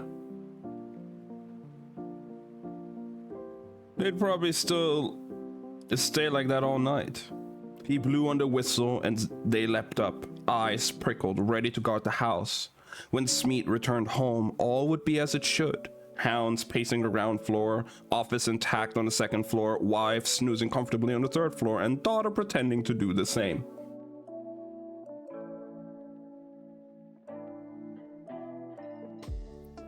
Cass checked the street and then waved Wylan outside, pausing only to lock the door behind them. They hurried down the cobblestones. Wylan peered over his shoulder. He couldn't quite believe they'd gotten away with it. Stop looking around like you think someone's following you, Cass said. And stop scurrying. You couldn't look guiltier if you were performing in the role of the thief number 3 in a penny play on East Stave. Next time walk normally. Try to look like you belong. There isn't going to be a next time. Of course not. Keep your collar up. Wylan didn't argue. Until Inej was safe, until they gotten the money they'd been promised, he couldn't make any grand ultimatums. But there would be an end to this. There had to be, didn't there? Matthias gave a high bird call from the other end of the street. Cass glanced at his watch and ran a hand through his hair, ruffling it wildly. Right on time. They rounded the corner and slammed directly into Cornelis Smeet. Uh-oh. Uh-oh.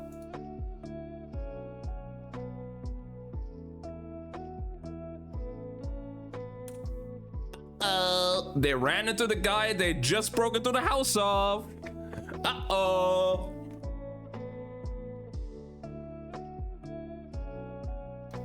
And that's the end of chapter 2.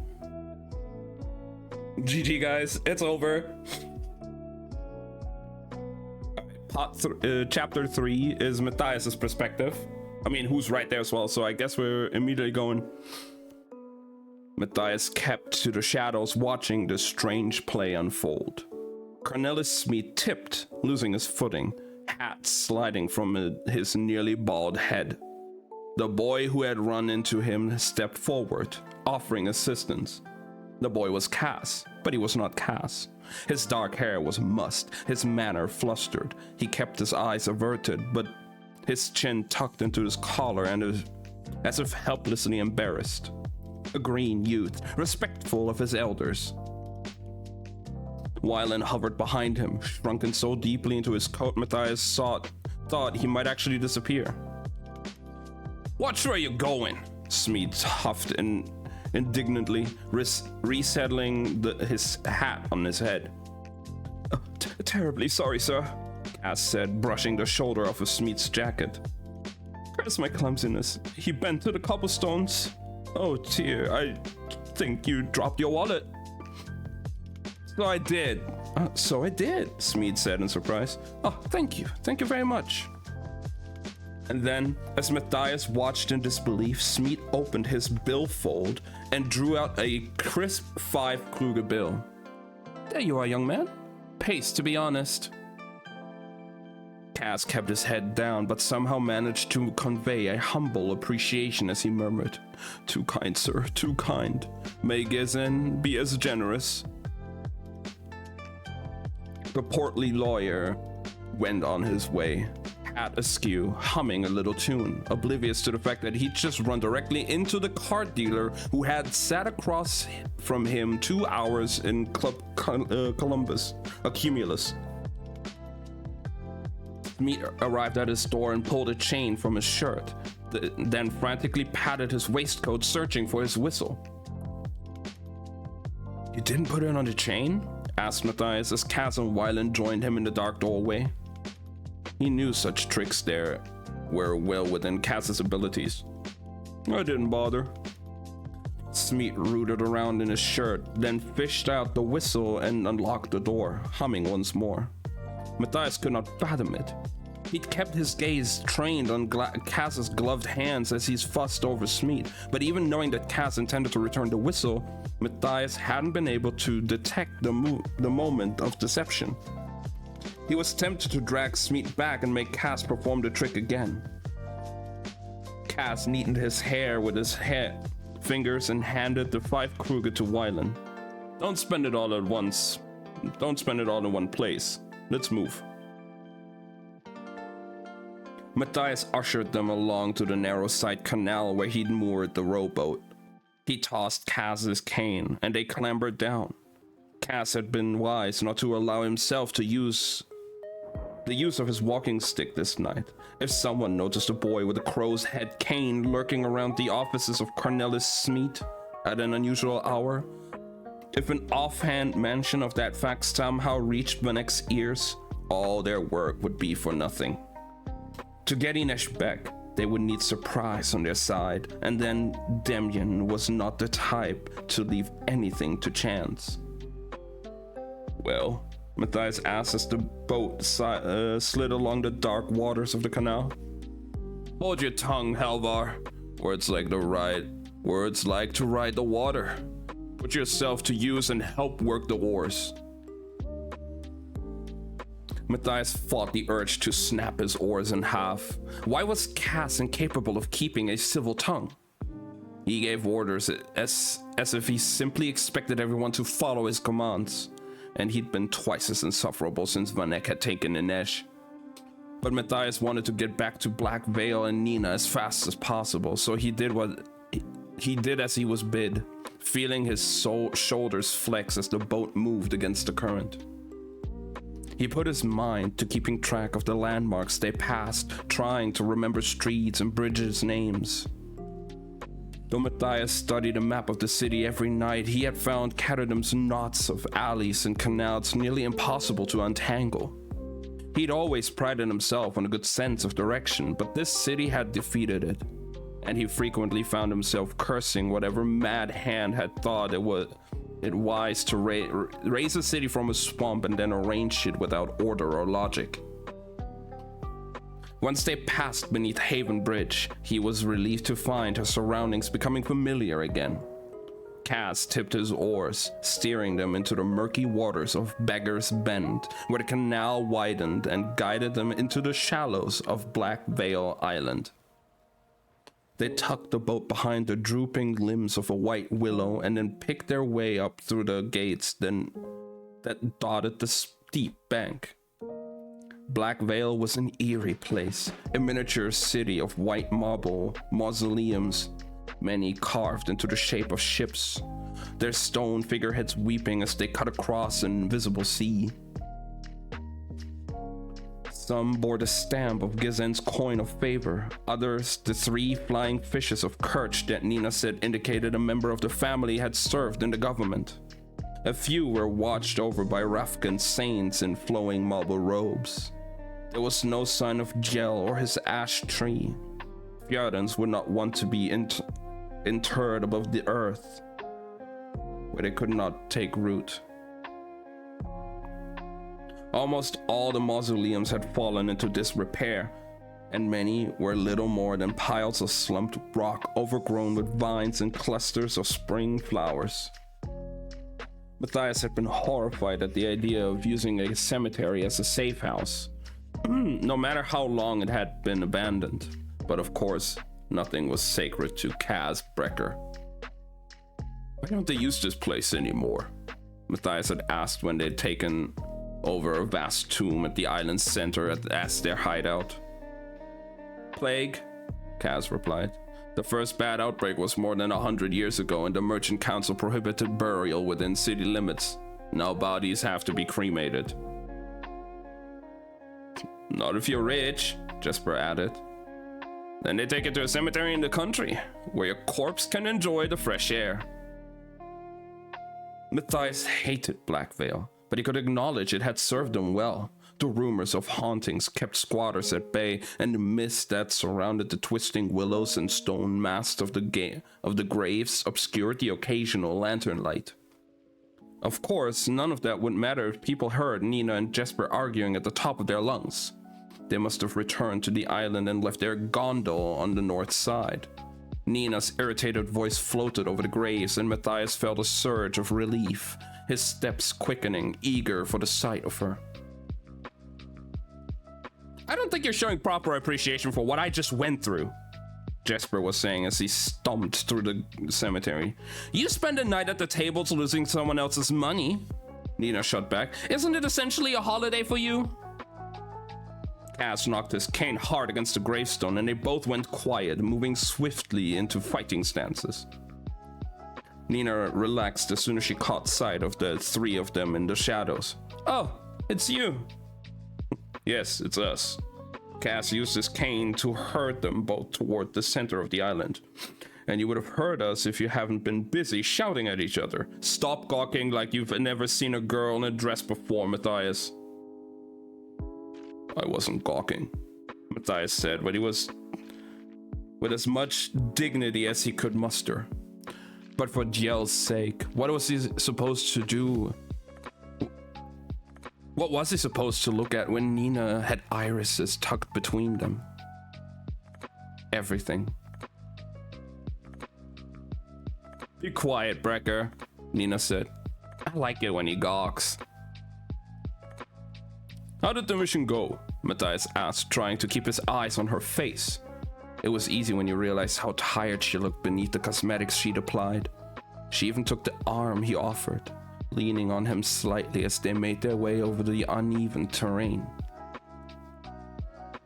The night had taken a toll. She shouldn't be traipsing around the barrel in scraps of silk. She should be resting. But the days until the next deadline were dwindling, and Matthias knew Nina would allow herself no comfort until Inej was safe. It's not a mission, it's a job, Nina corrected. And it went splendidly. Yeah, said Jesper. Splendidly. Except that my revolvers are currently collecting dust in the Club Cumulus safe. Smeet was afraid to walk home with them. The hopeless podge. Just thinking of my babies and his sweaty hands. No one told you to wager them. You dealt me into a corner. How the hell else was I supposed to get Smeet to stay at the tables? Kuwei poked his head out of the huge stone tomb as they approached. What did I tell you? Cass growled, pointing a cane at him.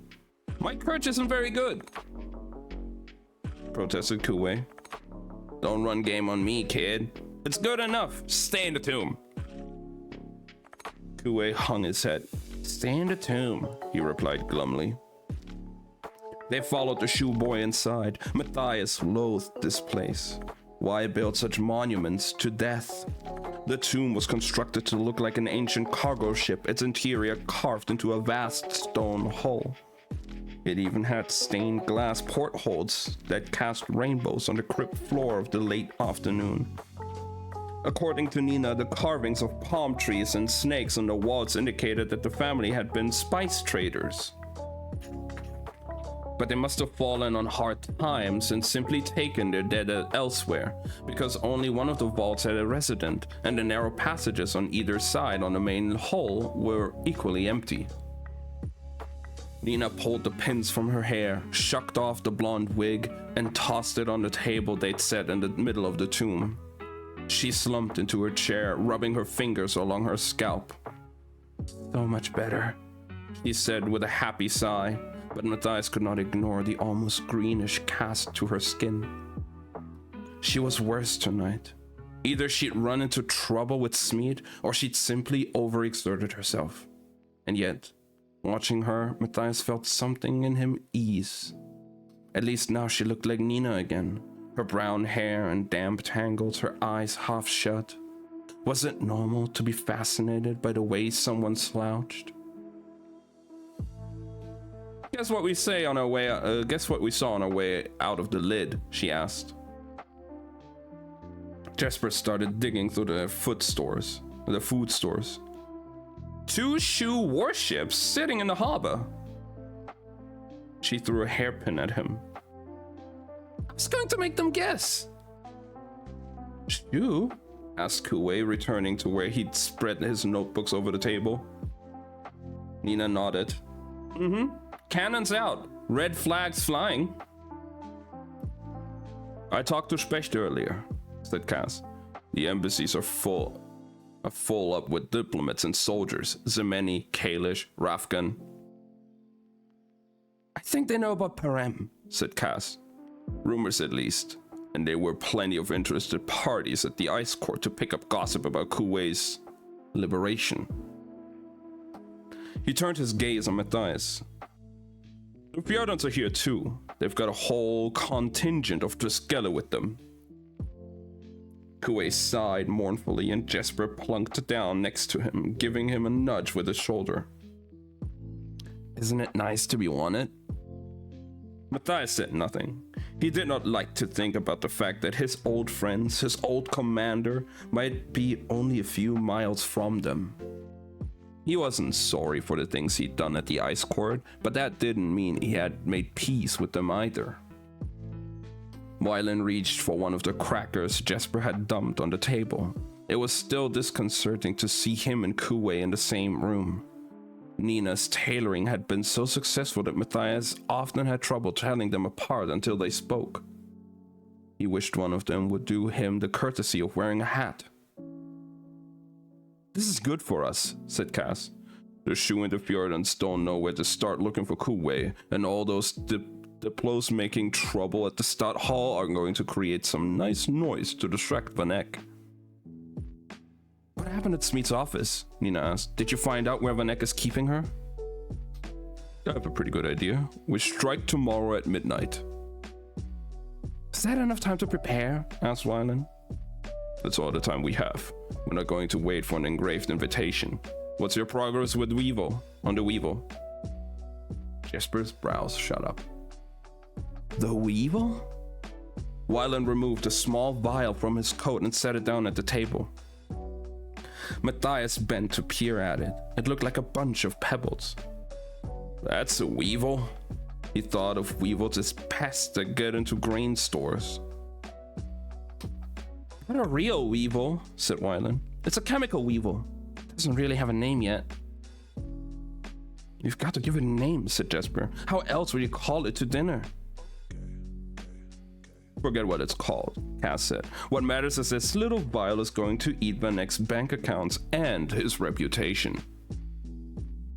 Your voice reminds me of Kratos now. Boy.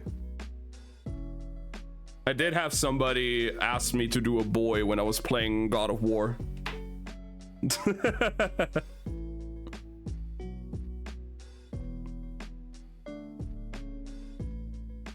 Wylan cleared his throat. Possibly. The chemistry is complicated. I was hoping Kuwei would help. Nina said something to Kuwei and Shu.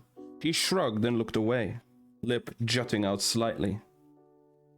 Whether it was the recent death of his father, or the fact that he'd found himself stuck in the cemetery with a band of thieves, the boy had become increasingly sullen. Well, Jesper prodded. I have other interests, Kuwei replied. Cass's black gaze pinned Kuwei like a tip of a dagger. I suggest rethinking your priorities. Jesper gave Kuwei another nudge. That's Cass's way of saying, help Wylan or I'll seal you up in one of those tombs and see how that suits your interests. Matthias was no longer sure what the shoe boy understood or didn't, but apparently he'd received the message. Kuwei swallowed and nodded grudgingly. The power of negotiation, Jesper said and shoved a cracker in his mouth. Wylan, and the obliging Kuwei, we'll get the Weevil working, Cass continued. Once we have Inesh, we can move on Vanek's silos.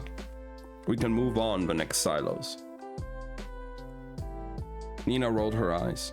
Good thing this is all about getting our money and not about saving Inesh. Definitely not about that. You don't care about money, Nina, dear. Call it by its other names. Kruger, Scrub, Kaz's one true love. Freedom, security, retribution. You can't put a price on these things. No, I bet Jesper can. It's the price of the lion on his father's farm. The sharpshooter looked at the toes of his boots. What about you, Wylan? Can you put a price on the chance to walk away from Caterham and live your own life? And Nina, I suspect you and your Fjordan may want something more subsist on the patriotism and longing glances. Inesh might have a number in mind too. It's the price of a future, and it's Vanek's turn to pay. Matthias was not fooled. Cass spoke logic, but it didn't mean he would always told truth. The Wraith's life is worth more than that, said Matthias, to all of us. We get Inesh, we get our money. It's as simple as that. Simple as that, said Nina. Did you know I'm next in line for the Fjordan throne? They call me Princess Ilse of Engelsberg. There is no Princess of Engelsberg, said Matthias.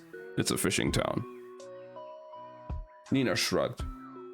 If we're going to lie to ourselves, we might as well be grand about it. Kaz ignored her, spreading a map of the city over the table, and Matthias heard Wylan murmur to Jesper. Why won't he just say he wants her back? You've met Kaz, right?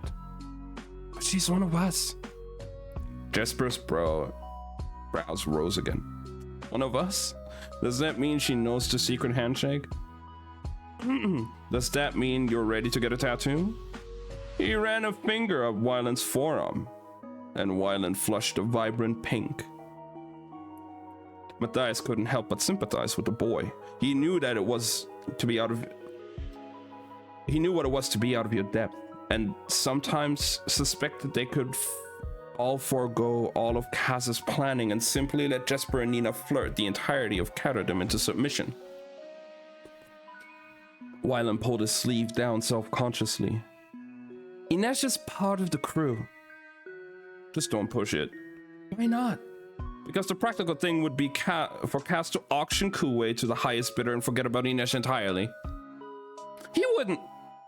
Wylan broke off abruptly, doubt creeping over his features. None of them really knew what Kaz would or wouldn't do. Sometimes Matthias wondered if Kaz was even Kaz was sure. Okay, Kaz, Nina said, slipping off her shoes and wiggling her toes. Since this is about the almighty plan, how about you stop meditating over that map and tell us what we're in for? I want you focused on what we have to do tomorrow night. After that, you'll get all the information you want. Really? Asked Nina, tugging at her corset. Pollen from one of the irises had scattered over her bare shoulder. Matthias had the overwhelming urge to brush it away with his lips. It's probably poisonous, he told himself sternly. Maybe you should take a walk. Vanek promised us 30 million Kruger, said Kaz. That's exactly what we're going to take, with another 1 million for interest, expenses, and just because we can. Wylan broke a cracker in two. Father doesn't have 30 million lying around, even if you took all his assets together. You should leave then, said Jesper. We only associate with the disgraced heirs of the very finest fortunes. Kaz stretched his bad leg out, flexing his foot slightly. If Vanek had that kind of money on hand, he would have just robbed him instead of breaking into the ice court in the first place. He could only offer a reward that big because he claimed the Merchant Council was putting city funds toward it. Welcome back, Slothy. What about the chest full of bills he brought to the Velgaluk? asked Jesper. You're home now? Glad you made it back home and safe. I'm sure you're tired, Slothy. Make some nice food, enjoy your food, and get some good rest. Take care of yourself. I'm already freaking the fuck out because Cass just traumatized a 5-year-old not too long ago.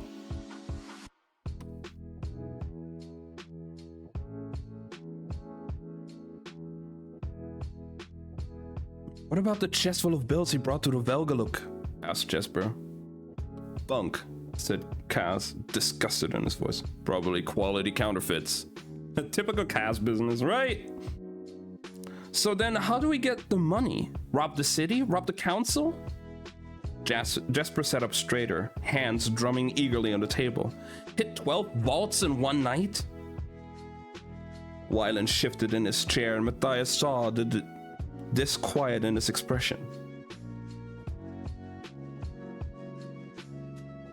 Option to kill, traumatizer. I mean, it's Cass. There's only those two options with him, I guess. Wyland shifted in his chair. Matthias saw the disquiet in his expression. At least someone else in this band of miscreants was reluctant to keep committing crimes. No, said Cass. We're going to make like merchants and let the market do the work for us. He leaned back, gloved hands resting on his crow's cane. We're going to take Van Eck's money, and then we're going to take his reputation. We're going to make sure he can never do business in Catterdam or anywhere in Kerch ever again. And what happens to Kuwei? Asked Nina. Once the job is done, Kuwei and any other convicts, Grisha, and disinherited youths who may or may not have prices on their heads can lie low in the southern colonies. Jesper frowned. Where will you be? Right here. I've still got plenty of business that requires my attention. Though Cass's tone was easy, Matthias heard the dark anticipation in his words. He had often wondered how people survived this city, but it was possible Catterdam could not survive Cass Brecker. Wait a minute, said Nina. I thought Kuwei was going to Rafka. Why would you think that? When you sold your Crow Club shares to Pekka Rollins, you asked him to send a message to the Rafkan capital. We all heard it. I thought it was a request for aid, said Matthias, not an invitation to bargain. They had never discussed giving Kuwait to Rafka. Cass considered them with some amusement. It wasn't either. Let's just hope Rollins is as gullible as you two. It was a decoy, Nina moaned. You were just keeping Rollins busy. I wanted Pekka Rollins preoccupied. He has his people trying to chase down our Rafkan contacts. They should prove difficult to find, given that they don't exist. Kuwei cleared his throat. I would prefer to go to Rafka. I prefer a pair of sable-lined swimming trunks, said Jesper, but we can't always get what we want. A furrow appeared between Kuwei's brows. The limits to his understanding of Kurt had apparently been reached and surpassed.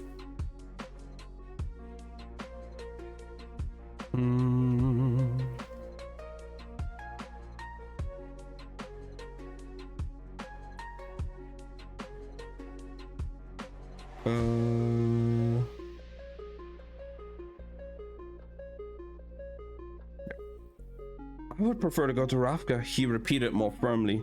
Cass's flat black gaze fastened on Kuwei and held. Kuwei squirmed nervously. Why is he looking at me that way? Cass is wondering if you should keep you alive, said Jesper. Terrible for the nerves. I recommend deep breathing, maybe a tonic.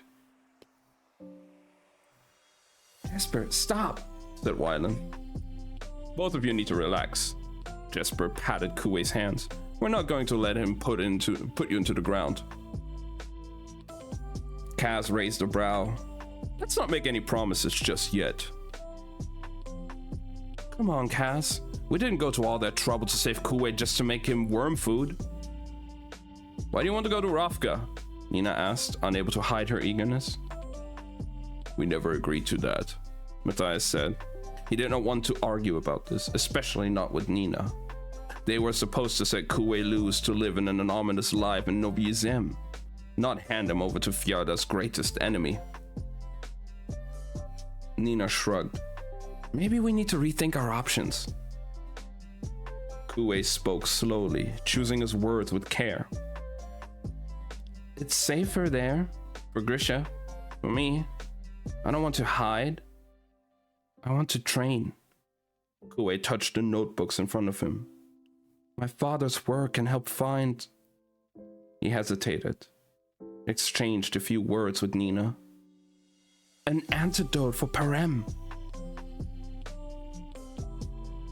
Nina clasped her hands together, beaming. Jesper tipped back farther in his chair. I think Nina may be about to burst into song.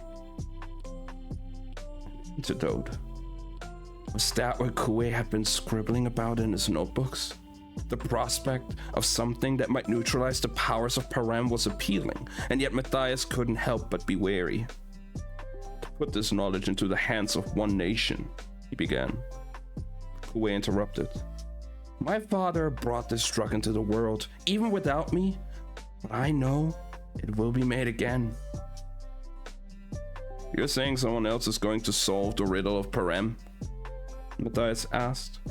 Was there truly no hope this abomination could be contained? Sometimes scientific discoveries are just like that, said Wylan. Once people know something is possible, the pace of new findings increases. After that, it's like trying to get a swarm of hornets back into the nest. Do you really think an antidote is possible? Asked Nina. I don't know, said Kuwei. My father was a fabricator. I'm just an Inferni.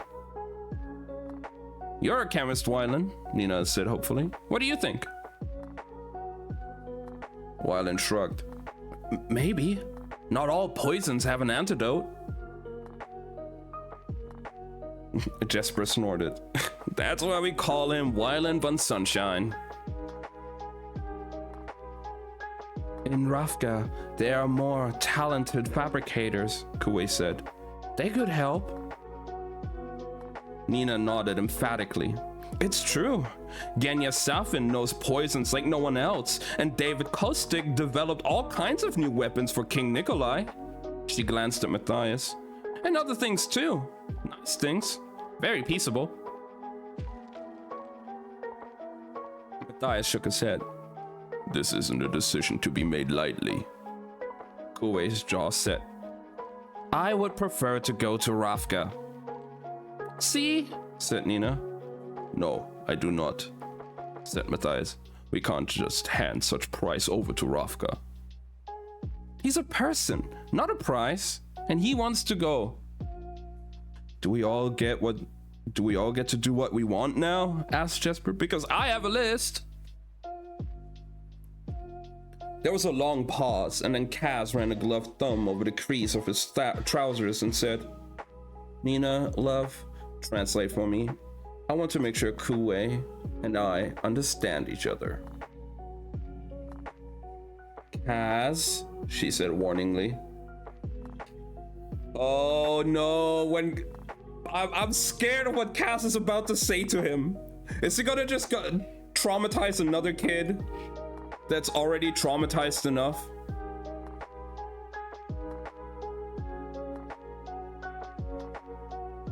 Like, hello?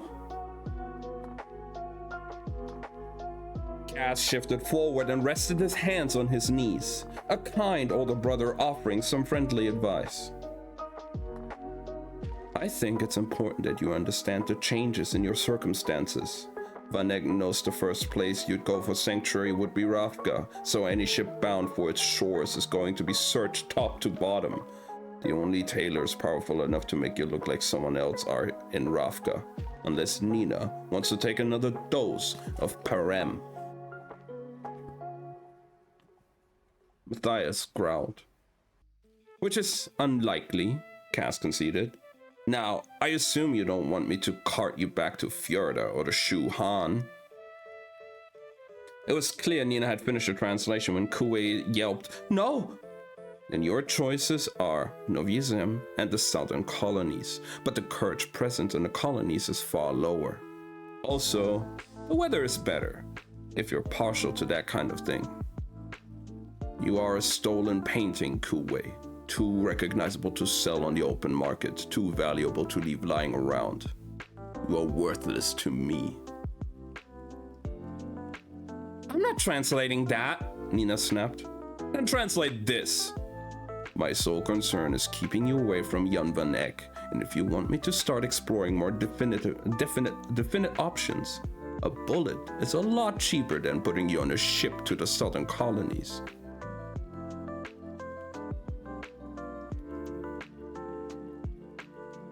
Nina did translate, though haltingly.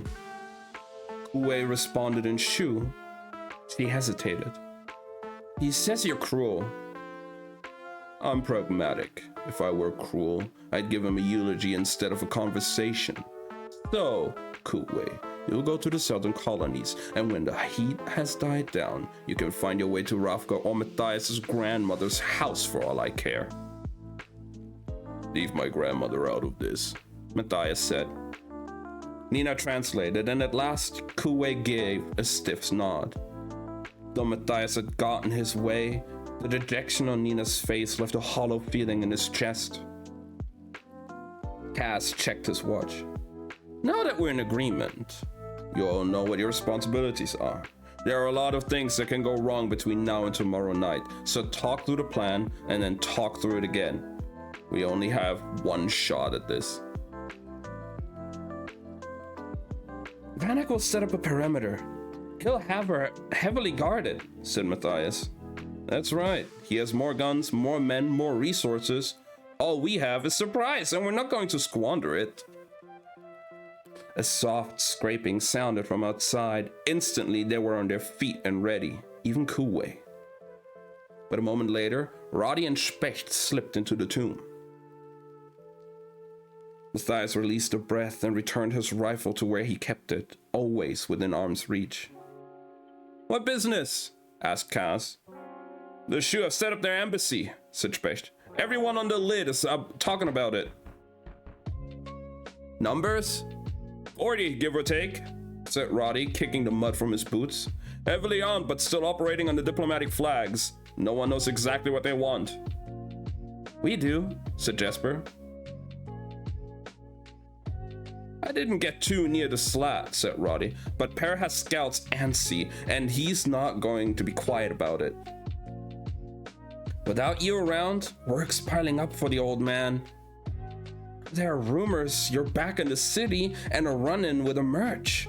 Oh, and there was some kind of attack at one of the harbors a few days ago. Bunch of sailors killed, harbor master's office turned into a pile of splinters, but no one knows details. Matthias saw Cass's expression darken. He was hungry for more information. Matthias knew that Damien had other reasons for going after Inesh, but the fact remained that without her, their ability to gather intelligence had been severely compromised. All right, said Cass, but no one's connected us to the raid of the Ice Court or Perem. Not that I heard, said Roddy. Nope, said Specht. Wyland looked surprised. That means Pekka Rollins hasn't talked. Give him time, said Cass. He knows we have Kuwei stashed somewhere. The letter to Ravka will only keep him chasing his tail for so long. Jesper tapped his finger relentlessly on his thighs. Has everyone noticed this whole city is looking for us, mad at us, or wants to kill us? So, said Cass. Well, usually it's just half the city. Jesper might joke, but Matthias wondered if any of them really understood the powers arraying against them. Fjorda, the Shu Han, Novyi Zem, the Kalish, the Kerch. These were not rival gangs or angry business partners. They were nations, determined to protect their people and secure their futures. There's more, said Specht. Matthias, you're dead. Pardon? Matthias's courage was good, but perhaps there was still some gaps. You were shanked in the Hellgate Infirmary. The room went quiet. Jesper sat down heavily. Muzin is dead? Muzin? Matthias could not place the name. He took your place in Hellgate, Jesper said, so you could join the Ice Court job. Matthias remembered the fight with the wolves, Nina standing in his cell, the prison break. Nina had covered a member of the Drex in Fall's sores and given him a fever to make sure he was quarantined and kept from a larger prison population. Listen, Matthias should not have forgotten such a thing. I thought you said you had a contact in the infirmary. I thought you had a contact in the infirmary, said Nina. To keep him sick, not to keep him safe. Cass's face was grim. It was a hit. The Fjordans, said Nina. Matthias folded his arms. That's not possible. Why not? Nina said. We know there are Driskella here. If they came to town looking for you and made noise at the Stud Hall, they could have been told you were in Hellgate. No, said Matthias. They wouldn't resort to such an underhanded tactic. Hiring a killer, murdering someone in his sickbed. But even as he said the words, Matthias wasn't sure he believed them. Jarl Brum had, and his officers had done worse without a twinge of conscience. Big, blonde, and blind, Jesper said. The Fjordan way. He died in my stead, Matthias thought, and I didn't even recognize his name. Did Muzin have family? Matthias asked at least. Just the dregs, said Cass. No mourners, Nina murmured. No funerals, Matthias quietly replied. How does it feel to be dead? Asked Jesper. The merry light had gone from his eyes. Matthias had no answer. The knife that had killed Muzin had been meant for Matthias, and the Fjordans might well be responsible. The Driskella, his brothers, they'd wanted him to die without honor, murdered in an infirmary bed. It was a death fit for a traitor. It was the death he had earned. Now, Matthias owed Muzin a blood debt, but how would he ever repay it? What will they do with his body? He asked. It's probably already ashes at the on the Reaper's barge, said Cass. There's something else, said Roddy. Someone's kicking up dust looking for Jesper. His creditors will have to wait, said Cass, and Jesper winced. No, Roddy said with a shake. A man showed up at the university. Jesper... He claims he's your father.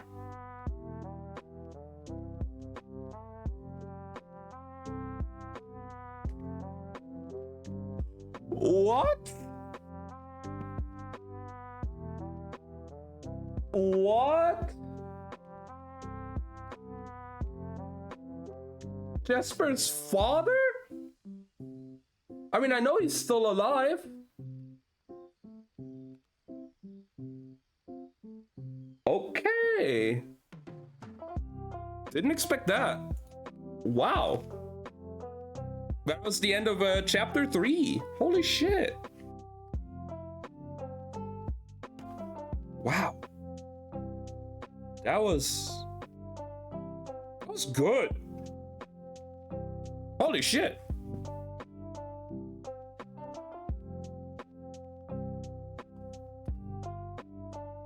I gotta be back real quick. Me for a moment because I was AFK. Oh, they were just like discussing things again, and then 2 informants of them came in and like bringing them on the newest the newest shit that's going on. Apparently the body double they used to get Matthias out of prison to actually do the whole operation before was killed. So they now think Matthias is dead. And apparently Jesper's father is looking for Jesper. Like, okay. We haven't heard of Jesper's father at all, really.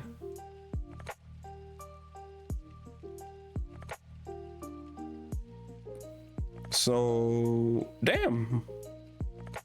All right. Right. I gotta be right back. I gotta use the bathroom and then we'll continue.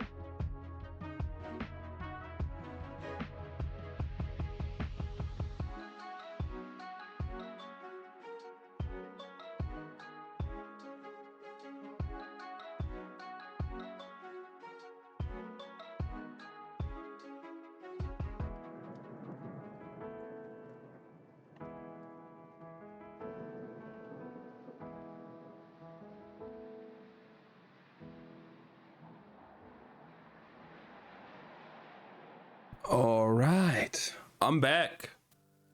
Hello, everybody. So how are you guys feeling so far about this book? I'm loving it. It's what I expected to be for a sequel so far. That's for sure. Like, goddamn. Yeah, we're only like 3 chapters in, but it's really, really good. I'm liking it.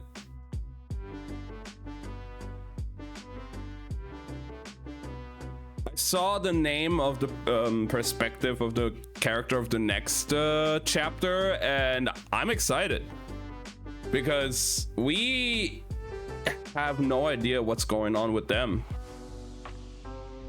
so far. Because chapter 4 is Inej, the one they're trying to rescue that got kidnapped at the end of the last book.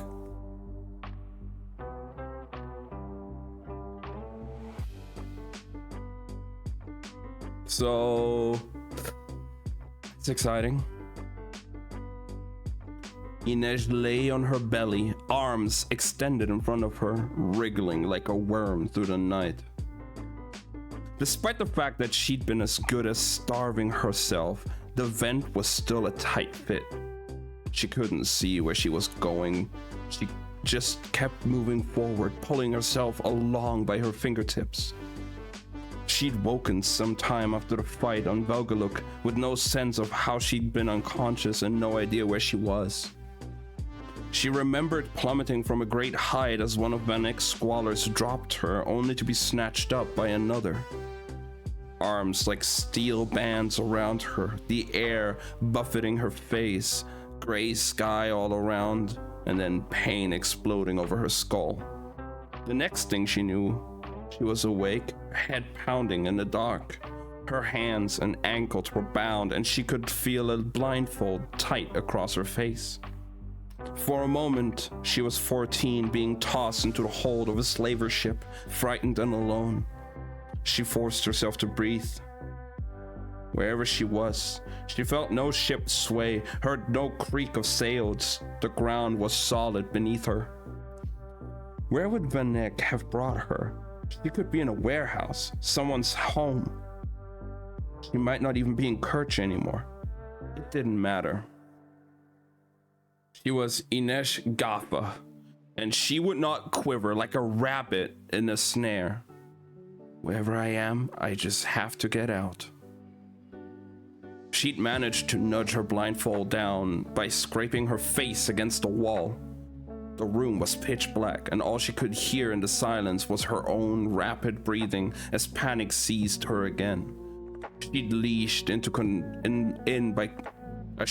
by controlling her breath. In through the nose, out through the mouth, letting her mind turn to prayer as her saints gathered around her. She imagined them checking the ropes at her wrists, rubbing life into her hands.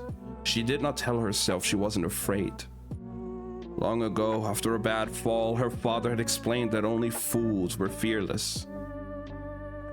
We meet fear, he'd said. We greet the unexpected visitor and learn and listen to what he has to tell us. When fear arrives, something is about to happen. Inej intended to make something happen. She'd ignored the ache in her head and forced herself to inch around the room, estimating its dimensions.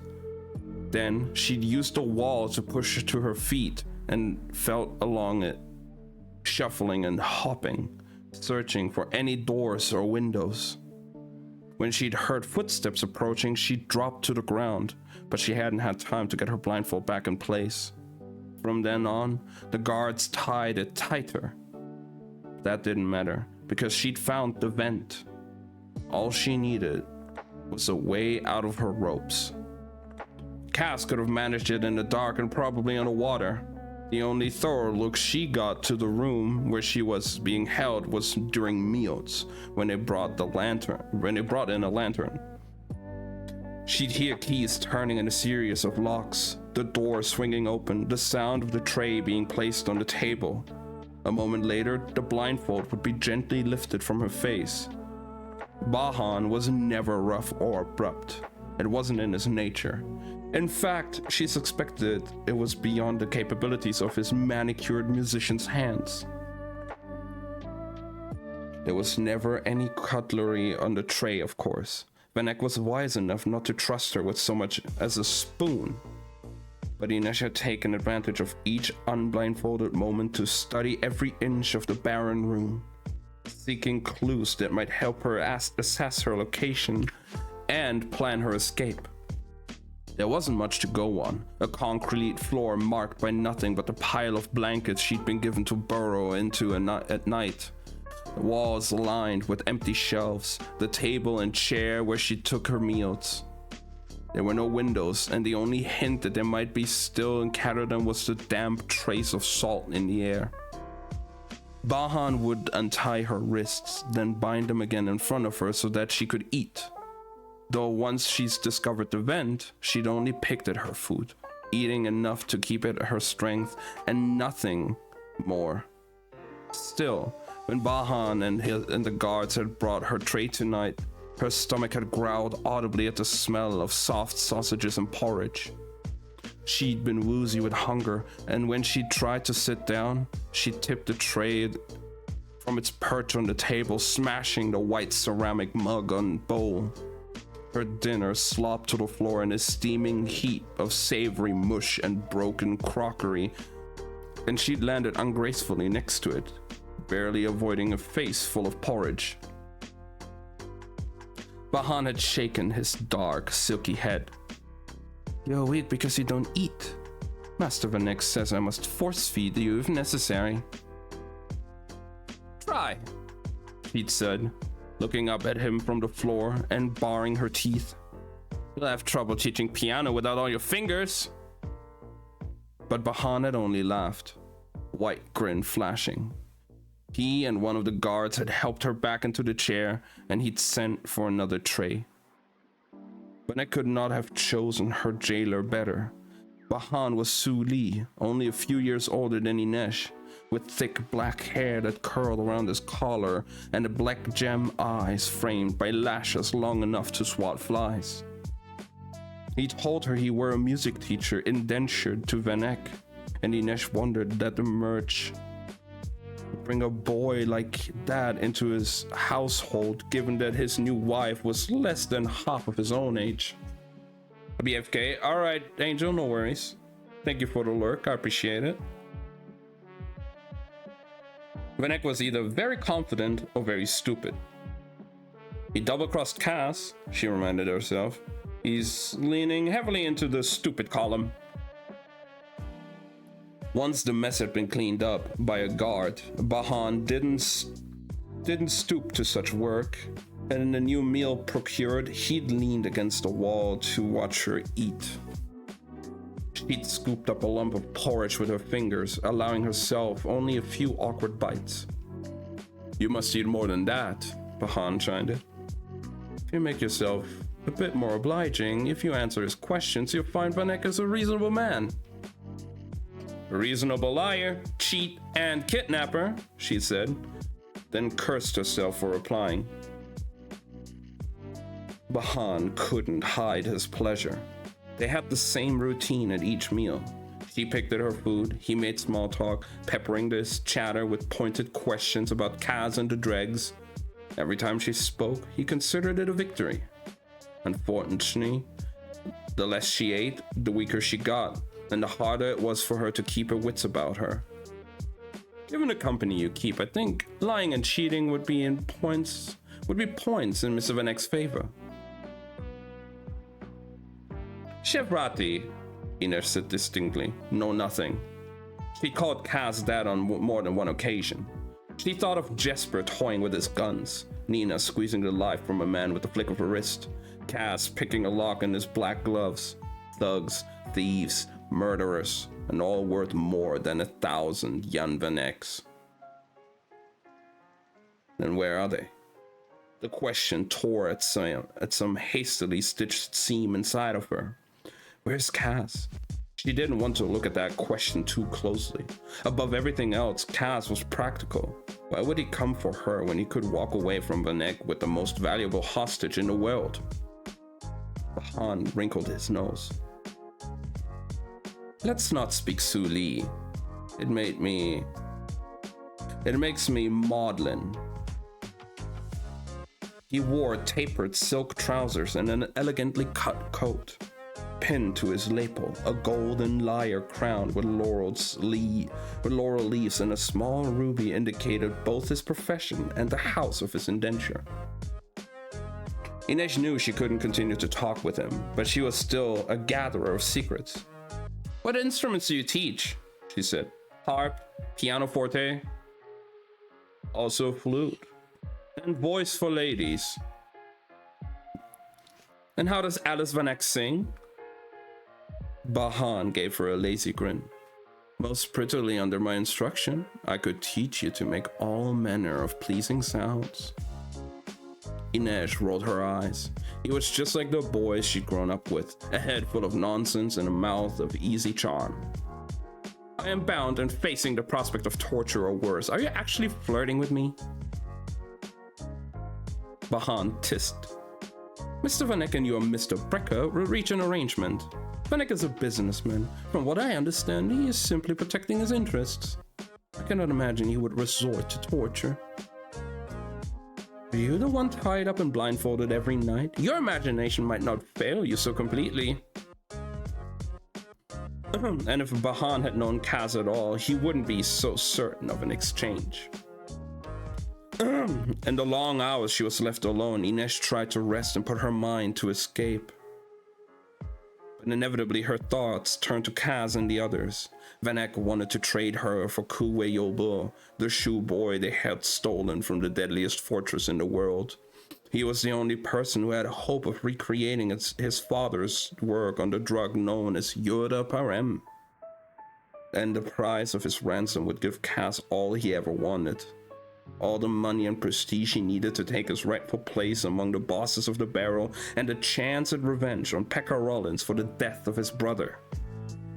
The facts lined up one after another, an army of doubts assembled against the hope she tried to keep steady inside her.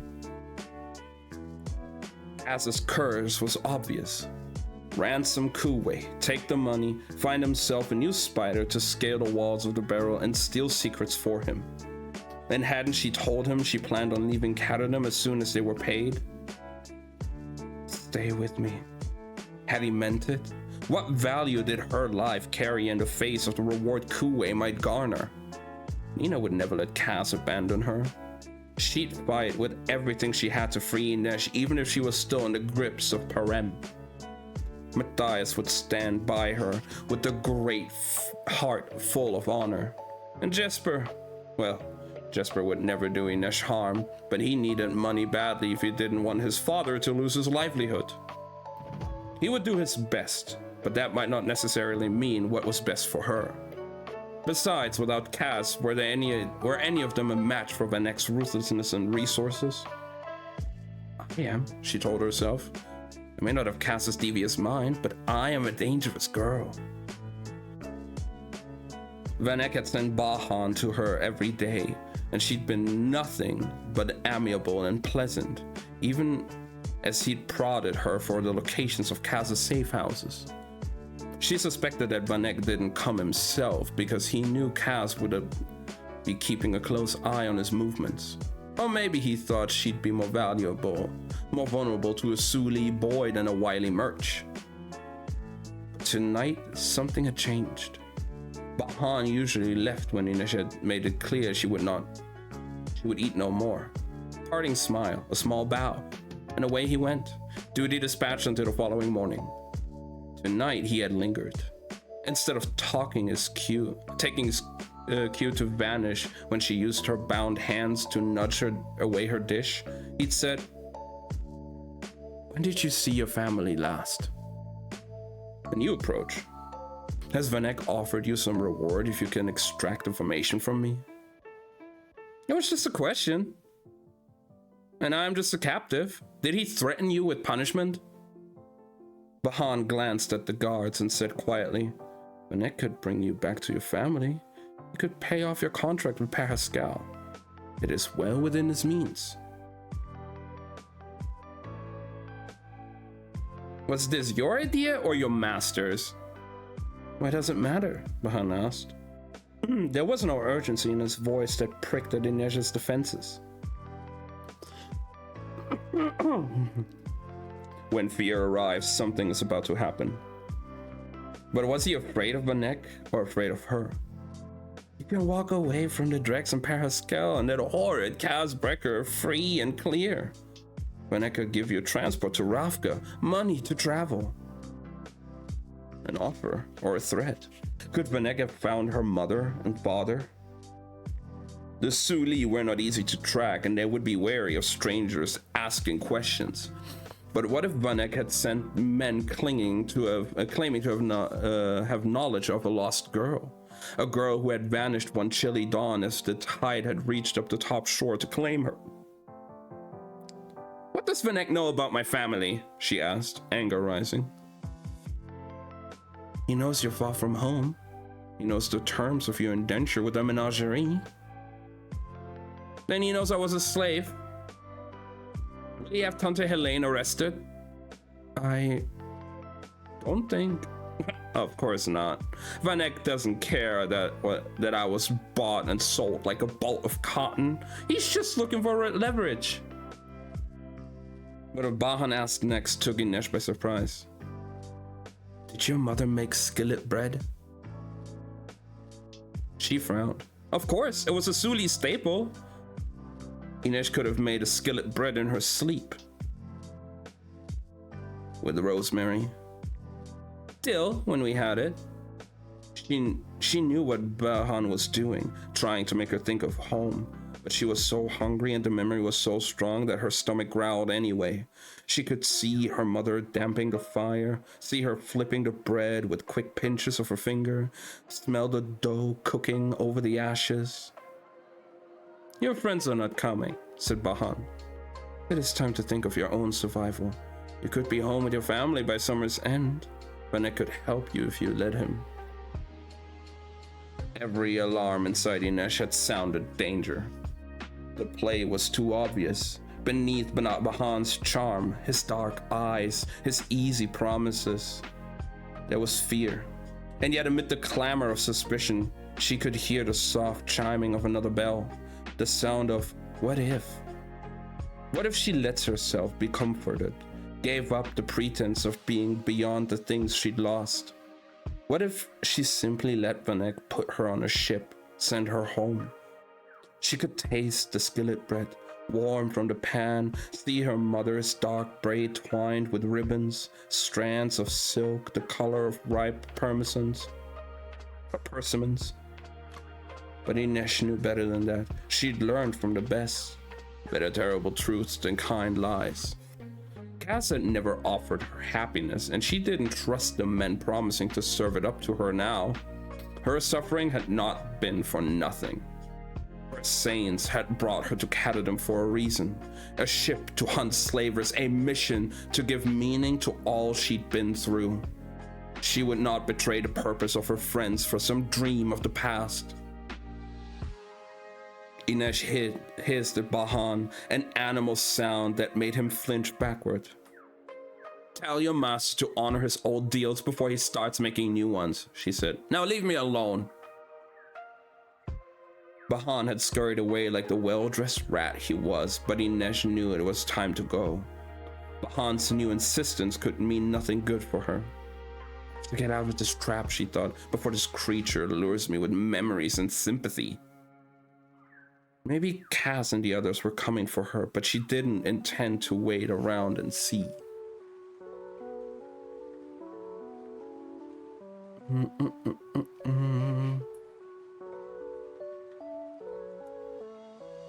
Once Bahan and the guards had left, she'd slipped a shard of broken bowl from one where she'd hidden it beneath the ropes around her ankles and set to work.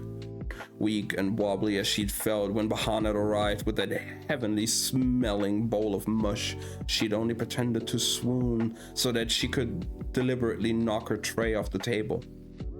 If Vanek had really done his research, he would have warned Bahamut that the wraith did not fall. Certainly not in a clumsy heap on the floor where she could easily tuck a sharp piece of crockery between her bonds. After what seemed like a lifetime of sawing and scraping and bloodying her fingertips on the shard's edge, she'd finally severed her ropes and freed her hands. Then untied her ankles and felt her way to the vent. Bahamut and the guards wouldn't be back until morning. That gave her the whole night to escape this place and get as far away as she possibly could. The passage was a miserably tight fit. The air inside musty with smells she couldn't quite identify. The dark so complete she might as well have kept her blindfold on. She had no idea where the vent might lead. It could run for a few more feet or half a mile. She needed to be gone by morning, or they'd find the grating that covered the vent loosened on its hinges and know exactly where she was. Good luck getting me out, she thought grimly. She doubted any of Vanek's guards could squeeze inside the air shaft. They'd have to find some kitchen boy and grease him down with lard. She inched forward. How far had she gone? Every time she took a breath, it felt like the air shaft was tightening around her ribs. For all she knew, she could be atop the building. She might pop her head out the other side and find a busy Caterham street far below. Inej could contend with that. But if the shaft just ended, if it was walled up on the other side, she'd have to squirm backward the entire distance and hope to refasten her ropes so that her captors wouldn't know what she'd done. Impossible. There could be no dead ends tonight. Faster, she told herself, sweat beading on her brow. It was hard not to imagine the building compressing around her, its walls squeezing the breath from her lungs. She couldn't make a real plan until she reached the end of this tunnel, until she knew just how far she'd have gone to go evade Vanek's men. Then she felt it, the barest gust of air brushing against her damp forehead. She whispered a quick prayer of thanks. There must be some kind of opening up ahead. She sniffed, searching for a hint of coal, smoke, or the wet green fields of country town. Cautiously, she wiggled forward until her fingers made contact with the slats of the vent. There was no light trickling through, which she supposed was a good thing. The room she was about to drop into must be unoccupied. Saints, what if she was in Vanek's mansion? What if she was about to land on his sleeping Murch? She listened for some human sound. Snores, deep breathing, nothing. She wished for her knives, for the comforting weight of them in her palms. Did Vanek still have them in his possession? Had he sold them off, tossed them into the sea? She named the blades anyway. Peter, Maria, Anastasia, Lizabeta, Sankt Vladimir, Sancta Elena, and found courage in each whispered word. Then she jiggled the vent and gave it a hard shove. It flew open, but instead of swinging on its hinges, it came completely loose. She tried to grab it, but it slid past her fingertips and clattered to the floor. Inej waited, heart pounding. A minute passed in silence. Another. No one came. The room was empty. Maybe the whole building was empty. Vanek wouldn't have left her unguarded, so his men must be stationed outside. If that was the case, she knew slipping past them would present little challenge. And at least now she knew roughly how far the floor was. There was no graceful way to accomplish what comes next. He slid down head first, gripping the wall. Then, when there was more than half out, her body began to tip. She let the momentum carry her forward, curling into a ball and tucking her arms over her head to protect her skull and neck as she falls.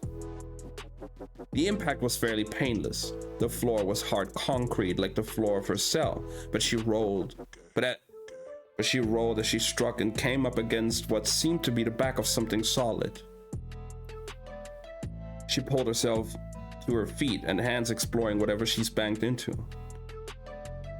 It was upholstered in velvet. As she moved along, she felt another identical object next to it. Seats, she realized. I'm in a theater.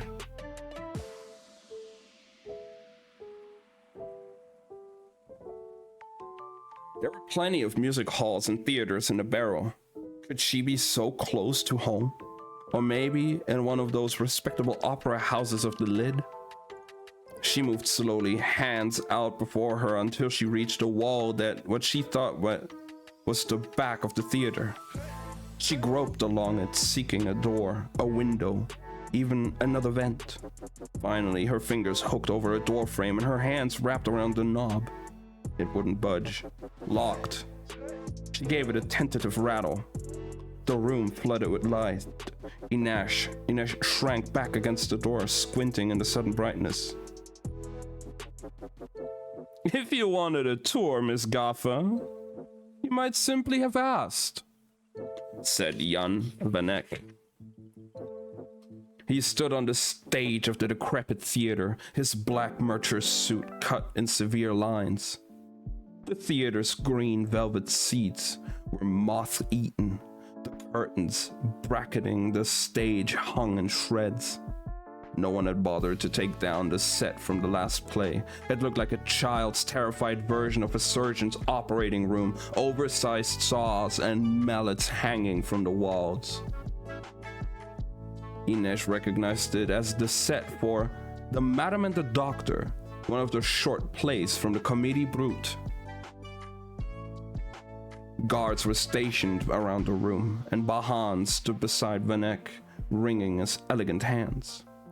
Had the vent been left open to tempt her? Had Vanek been toying with her all along?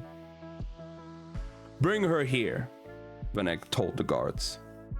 Ines didn't hesitate. She sprang onto the narrow back of the nearest theater seat and then raced toward the stage, leaping from row to row as the guards tried to scramble over the seats. She vaulted onto the stage past the startled Vanek, neatly skirting two more guards, and seized one of the stage ropes, shinnying up its length, praying it would hold her weight until she made it to the top. She could hide in the rafters, find a way to the roof. Cut her down, Vanek called, his voice calm. Oh, well, that wasn't really calm for me, but yeah. Ines climbed higher, faster, but seconds later, she saw a face above her, one of Vanek's guards, a knife in his hand. He slashed through the rope. It gave way, and Ines fell to the floor, softening her knees to take the impact. Before she could right herself, 3 guards were on her, holding her in place. Really, Miss Gaffa, Vanek chided. We're well aware of your gifts. Do you think I wouldn't take precautions? He did not wait for an answer. You're not going to find your way out of this without my help, or Mr. Brecker's. As he does not seem to be making an appearance, perhaps you should consider a change in alliance. Ines said nothing. Vanek tucked his hands behind his back. It was strange to look at him and see the ghost of Wyland's face. The city is awash in rumors of Parem. A delegation of Fjord under Skella had arrived in the embassy sector. Today, the Shu sailed 2 warships into Third Harbor. I gave Brecker 7 days to broker a trade for your safety, but they are all looking for Kue Yulbo, and it is imperative that I get him out of the city before they find him. 2 Shu warships. That was what had changed. Vanek was out of time. Had Bahan known it or simply sensed the difference in his master's mood?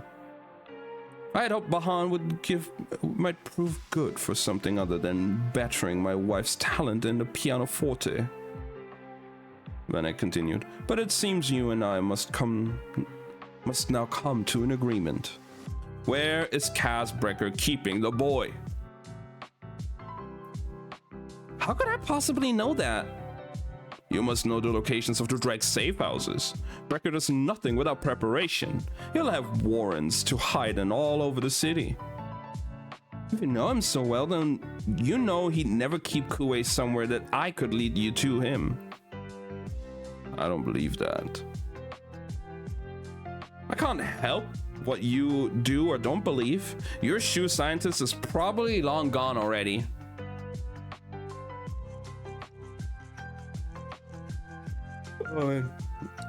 Word would have reached me. My spies are everywhere. Clearly not everywhere. Bahan's lips quirked. Vanek shook his head wearily. Get her on the table. Inej knew it was pointless to struggle, but she did it anyway. It was fight or give in to the terror that rushed through her as the guards hefted her onto the table and pinned down her limbs. Now she saw one of the prop tables was set with instruments that looked nothing like the oversized mallets and saws hanging from the walls. They were real surgeons' tools. Scalpels and saws and clamps that gleamed with sinister intent. You are the Wraith, Miss Gaffa, a legend of the Barrow. You've gathered the secrets of judges, councilmen, thieves, and killers alike. I doubt there's anything in the city you do not know.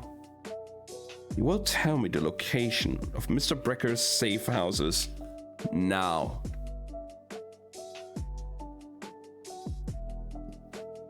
I can't tell you what I don't know. Vanek sighed. Remember that I have tried to treat you with civility. He turned to one of the guards, a heavy-set man with a sharp blade of a nose. I prefer this didn't go on too long. Do what you think is best. The guard let his hand hover over the table of instruments as if deciding which cruelty must be most efficient. Inej felt her courage wobble, her breath coming in panic gaps. When fear arrives, something is about to happen. Bahan leaned over her, face pale, eyes full of concern. Please tell him. Surely Brecker isn't worth being scarred or maimed. Tell him what you know. All I know is that men like you don't deserve the air they breathe. Bahan looked stung. I've been nothing but kind to you. I'm not some sort of monster. No, you're the man who sits idly by congratulating yourself on your decency while the monster eats his fill. At least the monster has teeth and a spine. Damn, Inej. Them's fighting words. Isn't fair. Inej couldn't believe the softness of this creature, that he would bid her for approval in this moment. If you still believe in fairness, then you've led a very lucky life. Get out of the monster's way, Bahan. Let's get this over with. The blade-nosed guard stepped forward. Something gleamed in his hand. Inej reached for a place of stillness inside herself.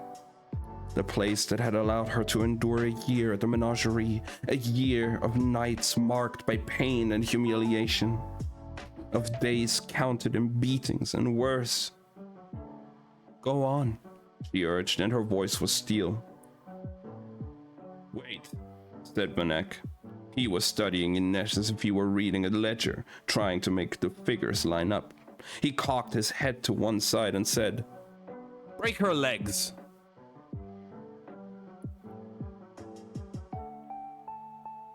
Inej felt her courage fracture. She began to thrash, trying to get free of the guard's hold. Ah, said Vanek. That's what I thought.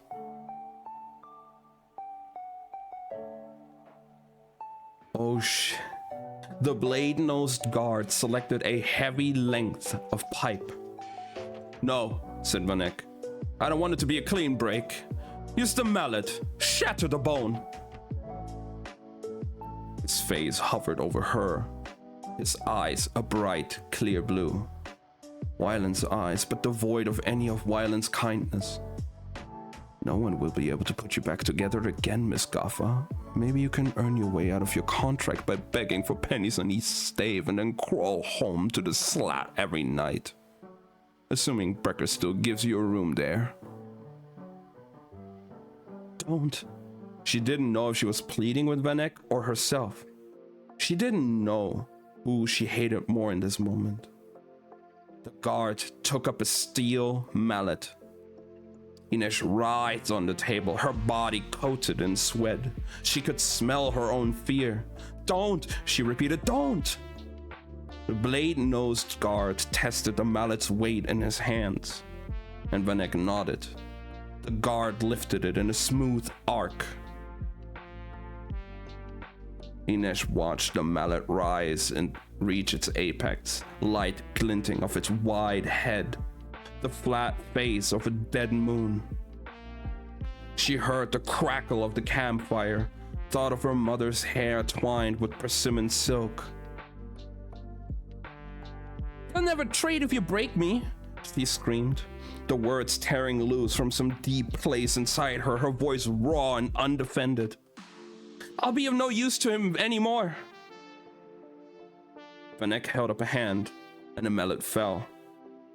Inej felt a brush against her trousers as the impact shattered the surface of the table, a hair's breadth from her calf, the entire corner collapsing beneath the force. My leg, she thought, shuddering violently. That would have been my leg. There was a metallic taste in her mouth. She'd bitten her tongue. Saints protect me. Saints protect me. You make an interesting argument, Vanek said meditatively. He tapped a finger across his lips, thinking. Ponder your loyalties, Miss Gaffa. Tomorrow night I may not be so merciful. Inej could not control her shaking. I'm going to cut you open, she vowed silently. I'm going to excavate this pathetic excuse of a heart from your chest. It was an evil thought, a vile thought, but she couldn't help it. Would her saints sanction such a thing? Could forgiveness come if she killed not to survive, but because she burned with living, luminous hatred? I don't care, she thought as her body spasmed and the guards lifted her trembling form from the table. I'll do penance for the rest of my days if it means I get to kill him. They dragged her back to her room through the lobby of the dilapidated theater and down a hall that to what she now knew must be an old equipment room. They bound her hands and feet again. Bahan moved to place the blindfold over her eyes. I'm sorry, he whispered. Didn't know he intended. Kadema mehim. Bahan flinched. Don't say that. The Suli were a close people, loyal. They had to be. In a world where they had no land and where there were so very few, Inej's teeth were chattering, but she forced out the words. You are forsaken. As you have turned your back on me, so will they turn their backs on you. It was the worst of Suli denunciations. One that forbade you to welcome of your ancestors in the next world and doomed your spirit to wander without a home. Unpaled. I don't believe any of that. You will. He secured the blindfold around her head. She heard the door close. Inej lay on her side, her hip and her shoulder digging into the hard floor, and waited for the tremors to pass. In her early days at the menagerie, she'd believed someone would come for her. Her family would find her. An officer of the law, a hero from one of the stories her mother used to tell. Men had come, but not to set her free, and eventually her hope had wilted like leaves beneath the too bright sun, replaced by a bitter bud of resignation. Cass had rescued her from that hopelessness, and their lives had been a series of rescues ever since. A string of debts that they never tallied as they saved each other again and again. Lying in the dark, she realized that for all her doubts, she'd believed he would rescue her once more, that he would put aside his greed and his demons and come for her. Now she wasn't so sure, because it was not just the sense in the words she'd spoken that had stilled Vanek's hand, but the truth he'd heard in her voice.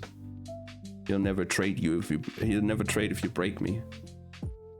Gotta go, I need to prepare for school. Hey, no worries, Angel. You take care. Thank you for stopping by. Have a great rest of your day, and hopefully school goes well tomorrow. She could not pretend those words had been conjured by strategy or even animal cunning. The magic they'd worked had been born of belief, an ugly enchantment. See you next time. Yeah, see you as well. See you again at some point as well, Angel. Have a good rest. Take care. Tomorrow night I may not be so merciful. Had tonight been an exercise meant to frighten her? Or would Vanek return to carry out his threats? And if Cass did come, how much of her would be left?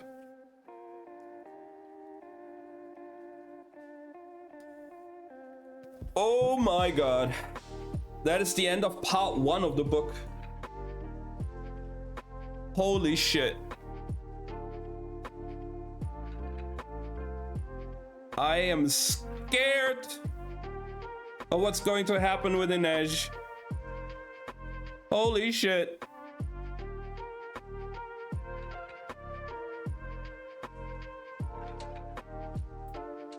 Fuck, bro. That's crazy.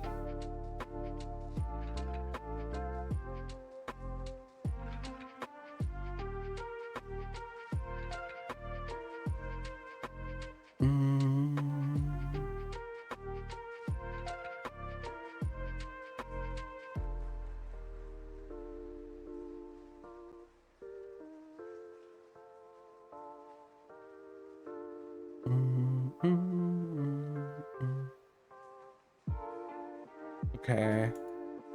Yo, this book is insane. Holy shit. I really like it.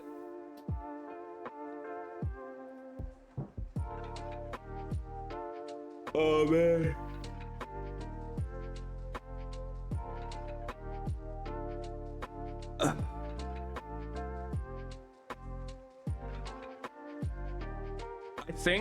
I don't know if I'm gonna do a lot more reading today. I'm still like very tired and yeah.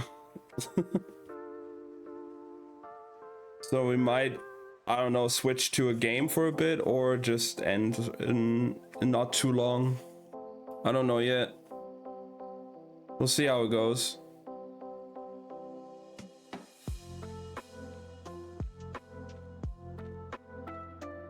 But I think I'm definitely making today a bit of a shorter stream than our usual Sunday streams because I am just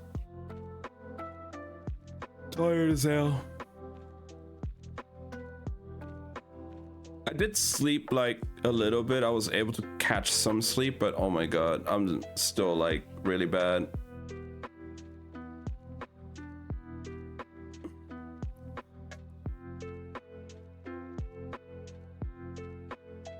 So we'll see.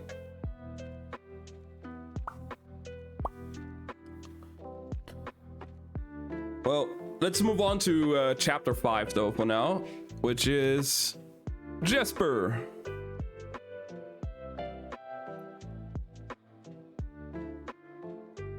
Jesper felt like his clothes were clawing with fleas. Whenever the crew left Black Veil Island to sulk around the barrel, they wore the costumes of the Comedie Brute. The capes, veils, masks, and occasionally horns that tourists and locals alike used to disguise their identities while enjoying the pleasures of the barrel. But here, on the respectable avenues and canals of the University District, Mr. Crimson and the Grey Imp would have drawn a lot of stares, so he and Wylan had ditched their costumes as soon as they were clear of the staves. And if Jesper was honest with himself, he didn't want to meet his father for the first time in years dressed in a goggle-eyed mask for an orange silk cape or even his usual barrel lash. He dressed as respectably as he could. Wylan had lent him a few kruger for a second-hand tweed jacket and a gloomy gray waistcoat. Jesper didn't look precisely reputable, but students weren't supposed to look too prosperous anyway. Once again, he found himself reaching for his revolvers, longing for the cool, familiar feel of their pearl handles beneath his thumbs. That skiv of a lawyer had ordered the floor boss to store them in a safe at the Cumulus. Cass said they'd get them back in good time, and he doubted Cass would be so calm and collected if someone had swiped his cane. You're the one who put them on the table like a nub, Jesper reminded himself. He'd done it for Inej. And if he was honest, he'd done it for Cass too, to show he was willing to do what it took to make things right. Not that it seemed to matter much. Well, he consoled himself. It's not like I could have won my revolvers on this errand anyway. Students and professors didn't go from class to class packing powder. Might make for a more interesting school day if they did. Even so, Jesper had hidden a sad lump of a pistol beneath his coat. This was Caradum after all, and it was possible he and Wylan were walking into a trap. That was why Cass and Matthias were shadowing their steps. He'd seen no sign of either of them, and Jesper supposed that this was a good thing, but he was still grateful Wylan had offered to come along. Cass had only allowed it because Wylan said he needed supplies for his work on the Weevil. They walked past student cafes and booksellers, shop windows crammed with textbooks, ink, and paper. They were less than 2 miles from the noise and clatter of the barrel, but it felt like they'd crossed a bridge into another country. Instead of packs of sailors fresh off the boats looking for trouble, or tourists jostling into you from every angle, people stepped aside to let you pass, kept their conversations low. No barkers shouted from storefronts hoping to garner business. The crooked little alleys were full of bookbinders and apothecaries, and the corners were free of the girls and boys who lacked an association with one of the West Stave houses who had been forced to ply their trade on the street. Jesper paused below an awning and took a deep breath through his nose. "What?" asked Wylan. "It smelled so much better." Expensive tobacco, morning rain still damp on the cobblestone, blue clouds of hyacinths in the window boxes, no urine, no vomit, no cheap perfume or garbage rot. Even the tang of coal smoke seemed fainter. "Are you stalling?" asked Wylan. "No." Jesper exhaled and sagged a bit. "Maybe a little." Roddy had taken a message to the hotel where the man claiming to be Jesper's father was staying, so they could set a time and place to meet. Jesper had wanted to go himself, but if his father really was in Caradum, it was possible he was being used as bait. Better not meet in broad daylight, on neutral ground. The university had seemed safest, far from any dangers of the barrel or any of Jesper's usual stomping grounds. Jesper didn't know if he wanted his father to be waiting for him at the university or not. It was so much more pleasant to think of facing a fight than the shame of how horribly he'd botched everything. Talking about that felt like trying to climb a scaffold made of rotting boards. So he said, "I always liked this part of town. My father likes it too. He places a high value on learning." "I had the money." Wylan shrugged, eyeing a window full of hand-painted globes. "Knowledge isn't a sign of divine favor. Prosperity is." Jesper cast him a swift glance. He still wasn't used to Wylan's voice coming out of Kuwei's mouth. It always left him feeling a little off-kilter, like he thought he was reaching for a cup of wine and gotten a mouthful of water instead. Is your papa really that religious, or is that just an excuse for being a mean son of a bitch when it comes to business? When it comes to anything, really. particularly thugs and canal rats from the barrel. Wyland shifted the strap of his satchel. He thinks the barrel distracts men from work and industry and leads to degeneracy. You may have a point, said Jesper. He sometimes wondered what might have happened if he'd never gone out with his new friends that night, if he'd never walked into the gambling parlor and taken the first spin at Mecker's wheel. It was meant to be harmless fun, and for everyone else, it had been. But Jesper's life had split like a log into the two distinct and uneven pieces. The time before he'd stepped up to that wheel and every day since. The barrel eats people. Maybe, Wyland considered, but business is business. The gambling parlors and brothels meet a demand. They offer employment, they pay taxes.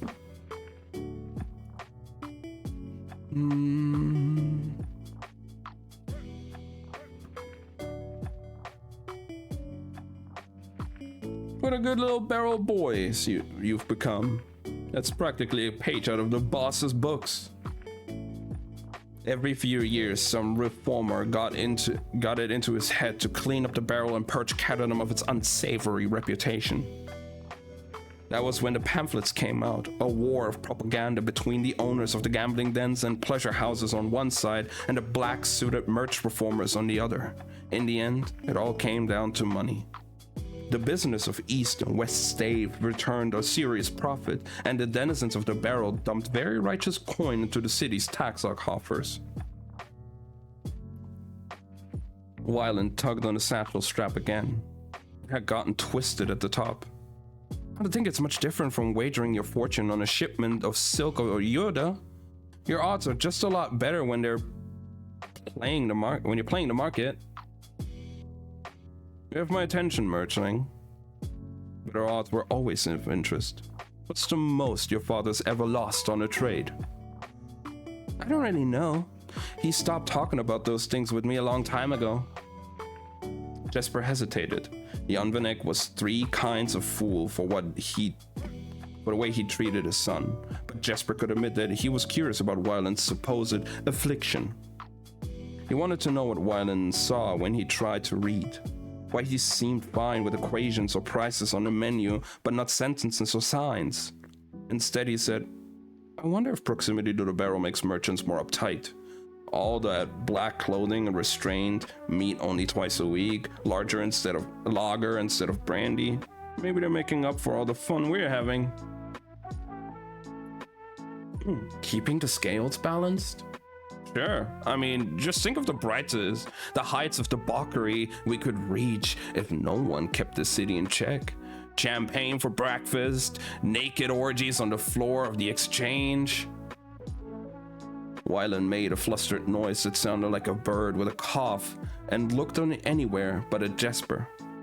He was so wonderfully easy to rattle, though Jesper could admit that he didn't think the university district needed a dose of the dirty. He liked it just fine as it was, clean and quiet and smelling of books and flowers. You don't have to come, you know, Jesper said, because he felt he should. You have your supplies. You could wait this out safe and snug in a coffee house. Is that what you want? No, I can't do this alone. Jesper shrugged. He wasn't sure how he felt about what Wyland might witness at the university. Jesper had rarely seen his father angry, but how could he fail to be angry now? What explanations could Jesper offer him? He lied, put the livelihood his father had worked so hard for into jeopardy. And for what? A steaming pile of nothing. But Jesper couldn't bear the thought of facing his father on his own. Inesh would have understood. Not that he deserved her sympathy, but there was something steady in her that he knew would recognize and ease his own fears. He'd hoped that Kaz would offer to accompany him. But when they'd split up to approach the university, Kaz had spared him only one dark glance. The message had been clear. You dug this grave, go lie in it. Kaz was still punishing him for the ambush that had nearly ended the ice court's job before it even began. And it was going to take more than Jesper sacrificing his revolvers for him to earn his way back into Kaz's good graces. Did Kaz even have good graces? Jesper's heart beat a little harder as they walked beneath the vast stone archway on the courtyard of the Buckspline. The university wasn't one building, but a series of them, all built around parallel sections of the Buck Canal, and joined by Speaker's Bridge, where people met to debate or drink a friendly pint of lager, depending on the day of the week. But the Buckspline was the heart of the university, 4 libraries built around a central courtyard at the Scholars' Fountain. It had been nearly 2 years since Jesper had set foot on university grounds. He'd never officially withdrawn from school. He hadn't even really decided not to attend. He'd simply started spending more and more time on East Stave, until he looked up one day and realized the barrel had become his home. Even so, in his brief time as a student, he'd fallen in love with the Buckspine. Jesper had never been a great reader. He loved stories, but he hated sitting still, and the books assigned to him for school seemed designed to make his mind wander. At the Buckspline, wherever his eyes strayed, there was something to occupy them. Leaded windows with stained glass borders, iron grates worked into figures of books and ships, the central fountain with its bearded scholar, and best of all, the gargoyles. Bad-winged grotesques in the mortal board caps, and stone dragons falling asleep over books. He liked to think that whoever had built this place had known not all students were suited to quiet contemplation. But as they entered the courtyard, Jesper didn't look around to savor the stonework or listen to the splashing of the fountain. All his attention focused on the man standing near the eastern wall, gazing up at the stained glass windows, a crumpled hat clasped in his hands. And with a pang, Jesper realized his father had worn his best suit.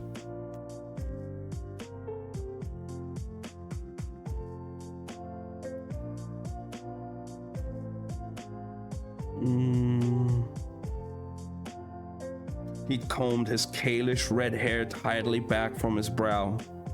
There was gray in it now that hadn't been there when Jesper left home. Colm Fahey looked like a farmer on his way to church, totally out of place. Hell, anyone in a barrel would take one look at him and just see a walking, talking target. Jesper's throat felt dry sand parched. Duh, he croaked. His father's head snapped up, and Jesper steeled himself for what might come next. Whatever insults or outrage his father hurled at him, he deserved. But he wasn't prepared for the relieved grin that split his father's craggy features. Someone might as well have to put a bullet right in Jesper's heart. "Jess!" his father cried. And then Jesper was crossing the courtyard, and his father's arms were tight around him, hugging him so hard Jesper thought he could actually felt his ribs bend. "All Saints, I thought you were dead. They said you weren't a student here anymore, that you just vanished, and I was sure you'd been stuck through by bandits or the like in this saints forsaken place." "I'm alive, Da," Jesper gasped. "But if you keep squeezing me like that, I won't be for long." His father laughed and released him, holding him at arm's length, big hands on Jesper's shoulder. "I swear you're a foot taller." Jesper ducked his head. "Half a foot. This is Wylan," he said, switching from Zemeni to Kirch. They'd spoken both at home, his mother's language and the language of trade. His father's native Kalish had been reserved for the rare times Colm sang. "Nice to meet you. Do you speak Kirch?" His father practically shouted, and Jesper realized it was because Wylan still looked shoe. "Da," he said, cringing in embarrassment. "He speaks Kirch just fine." "Nice to meet you, Mr. Fahey," said Wylan. Bless his merch manners. "And you too, lad. Are you a student as well?" "I have studied," said Wylan awkwardly. Jesper had no idea how to fill that silence that followed. He wasn't sure what he'd expected from this meeting with his father, but a friendly exchange of pleasantries wasn't it. Wylan cleared his throat. Are you hungry, Mr. Fahey?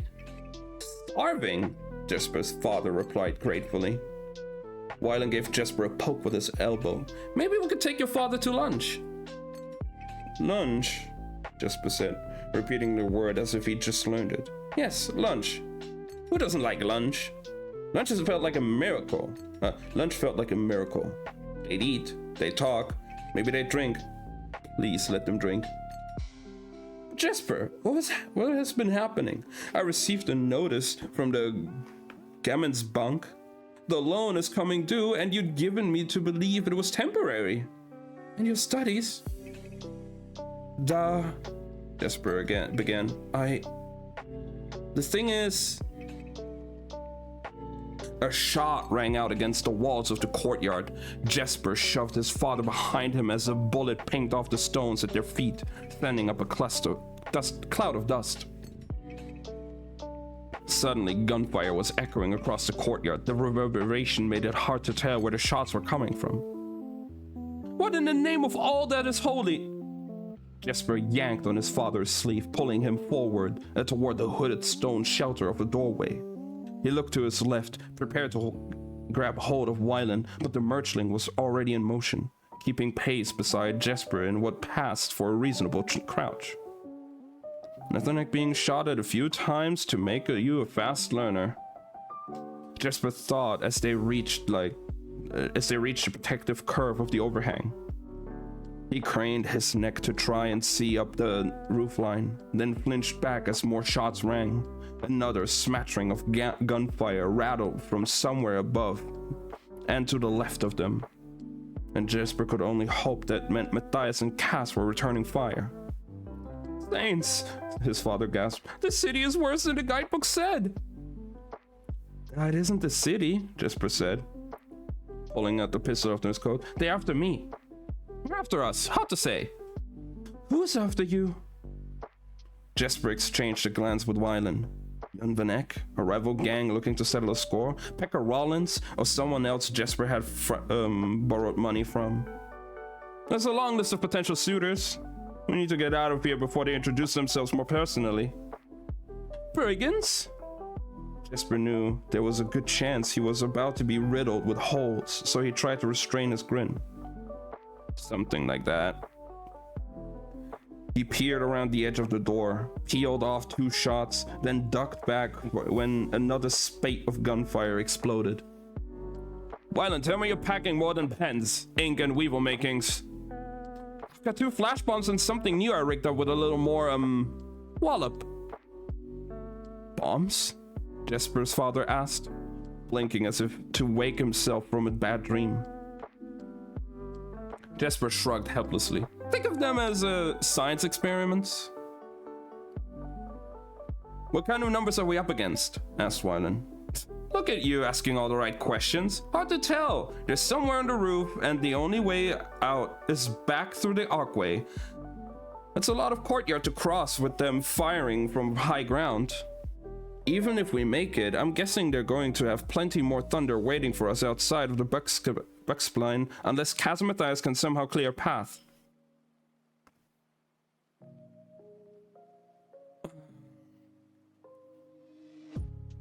I know another way out, said Wylan, but the entrance is on the other side of the courtyard. He pointed to a door beneath an arch carved with some kind of horned monster gnawing on a pencil. The reading room? Jesper gauged the distance. All right, on 3. You make a break. I'll cover you. Get my father inside. Jesper, I swear I'll explain everything, but right now all you need to know is that we're in a bad situation, and bad situations happen to be my area of expertise. And it was true. Jesper could feel himself coming alive, the worry that had been dogging his steps since he'd gotten news of his father's arrival and Catterham falling away. He felt free. Dangerous, like lightning rolling over the prairie. Trust me, though. All right, boy, all right. Jesper was pretty sure he could hear an unspoken for now. He saw Wyland brace himself. The merchant was still so new to all this. Hopefully Jesper wouldn't get everyone killed. 1, 2. He started firing on 3, leaping into the courtyard. He rolled for cover behind the fountain. He'd gone in blind, but he picked out the shapes on the roof quickly, aiming by instinct, sensing movement and firing before he could think his way clear of a good shot. He didn't need to kill anyone. He just needed to scare the hell out of them and buy Wyland and his father time. All bullets struck the fountain's central statue, the book in the scholar's hand exploding into fragments of stone. Whatever ammunition they were using, they weren't messing around. Jesper reloaded and popped up from behind the fountain, shooting. "All saints!" he shouted as pain tore through his shoulder. He really hated being shot. He shrank back behind the stone lip. He flexed his hand, testing the damage to his arm. Just a scratch, but it hurt like hell and he was bleeding all over his new tweed jacket. "This is why it doesn't pay to try to look respectable," he muttered. Above him, he could see the silhouettes on the roof moving. Any minute, they were going to circle around the other side of the fountain and he'd be done for. "Jesper!" Wyland's voice. Damn it, he was supposed to get clear. "Jesper, at your 2 o'clock!" Jesper looked up and something was arcing through the sky. Without thinking, he aimed and fired. The air exploded. "Get in the water!" Wyland shouted. Jesper dove into the fountain, and a second later, the air sizzled with light. When Jesper poked his soaked head out of the water, he saw that every exposed surface of the courtyard and its gardens was poked with holes, tendrils of smoke rising from the tiny craters. Whoever was up on the roof was screaming. Just what kind of bomb had Wyland let loose? He hoped Matthias and Cass had found cover, but there was no time to stew on it. He bolted for the doorway beneath the pencil-chewing demon. Wyland and his father were waiting inside. They slammed the door shut. "Help me," said Jesper. "We need to barricade the entrance." The man behind the desk wore a gray scholar's robe. His nostrils were flared so wide in effrontery that Jesper feared being sucked up one of them. "Young man." Jesper pointed a gun at the scholar's chest. "Move!" "Jesper," his father said. "Don't worry, Da. People point guns at each other all the time in Caterdom. It's basically a handshake." "Is that true?" his father asked as the scholar grudgingly moved aside and they shoved his heavy desk in front of the door. "Absolutely," said Wyland. "Certainly not," said the scholar. Jesper waved them on. "Depends on the neighborhood. Let's go." They pelted down the main aisle of the reading room between long tables lit by lamps with curving necks. Students huddled against the walls and under the chairs, probably thinking they were all about to die. "Nothing to worry about, everyone," Jesper called. "Just a little target practice in the courtyard." "This way," said Wyland, ushering them through a door covered in elaborate scrollwork. "Oh, you mustn't," said the scholar, rushing after them, robes flapping. "This is not the rare books room." "Do you want to shake hands again?" Jesper asked, and then added, "I promise we won't shoot anything we don't have to." His father gave a gentle shove. "Up the stairs." "Jesper?" said a voice from beneath the nearest table. A pretty blonde girl looked up from where she was crouched on the floor. "Madeline?"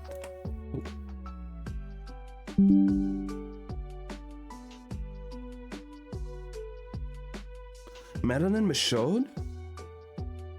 You said we'd have breakfast." "I had to go to Fjorda." "Fjorda?" Jesper headed up the stairs after Wyland, then poked his head back into the reading room. "If I live, I'll buy you waffles." "You don't have enough money to buy her waffles," Wyland grumbled. "Be quiet, we're in a library." Jesper had never had cause to enter the rare books room while he was at school. The silence was so deep, it was like being underwater. Illuminated manuscripts were displayed in glass cases lit by golden falls of lamplight, and rare maps covered the walls. A squaller in a blue kefta stood in the corner, arms raised but shrank back as they entered. "Shoo! Shoo!" said the squaller. The squaller cried when he saw Wylan. "I won't go with you. I'll kill myself first." Jesper's father held his hands as if gentling a horse. "Easy, lad. We're just passing through," said Jesper, giving his father another push. "Follow me," said Wylan. "What is the squaller doing in the rare books room?" Jesper asked as they raced through the labyrinth of shelves and cases, past the occasional scholar or student crouched against the books in fear. "Humidity. It keeps the air dry to preserve the manuscripts." "Nice work if you can get it." When they reached the westernmost wall, Wylan stopped in front of a map of Ravka. He looked around to make sure they weren't being observed, then pressed the symbol of marking the capital, Uz Alta. The country seemed to tear apart along the seam of the unsea, revealing a dark gap barely wide enough to squeeze through. "It leads to the second floor of a printmaker's shop," said Wylan as they edged inside. "It was built as a way for professors to go from library to their homes without having to deal with angry students." "Angry?" Jesper's father said. "Do all students have guns?" "No, but there's a long-standing tradition of rioting over grades." The map slid closed, leaving them in the dark as they shuffled along sideways. "To be a podge," Jesper murmured to Wylan, "but I wouldn't have thought you'd known your way around the rare books room." "I used to meet one of my tutors here back when my father still thought the tutor had a lot of interesting stories. And I always liked the maps. Tracing the letters sometimes made it easier to... It's how I found the passage. You know, Wylan, one of these days I'm going to stop underestimating you." There was a brief pause, and then from somewhere up ahead he heard Wylan say, "And you're going to be a lot harder to surprise." And Jesper grinned, but it didn't feel quite right. From behind them he could hear shouting from the rare books room. It had been a close call. He was bleeding from his shoulder. They'd make a grand escape. These were the moments he lived for. He would be buzzing from excitement of the fight. The thrill was there, fizzing through his blood, but beside it was a cold, unfamiliar sensation that felt like it was draining the joy from him. All he could think was, he could have been hurt. He could have died. Jesper was used to people shooting at him. He would have been a little insulted if they'd stopped shooting at him. This was different. His father hadn't chosen this fight. His only crime has been putting his faith in his son.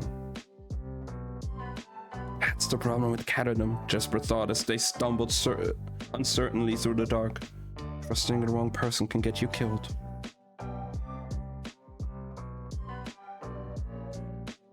Okay. As much as I would love to continue, guys, I really am feeling my focus waver, and I need to rest.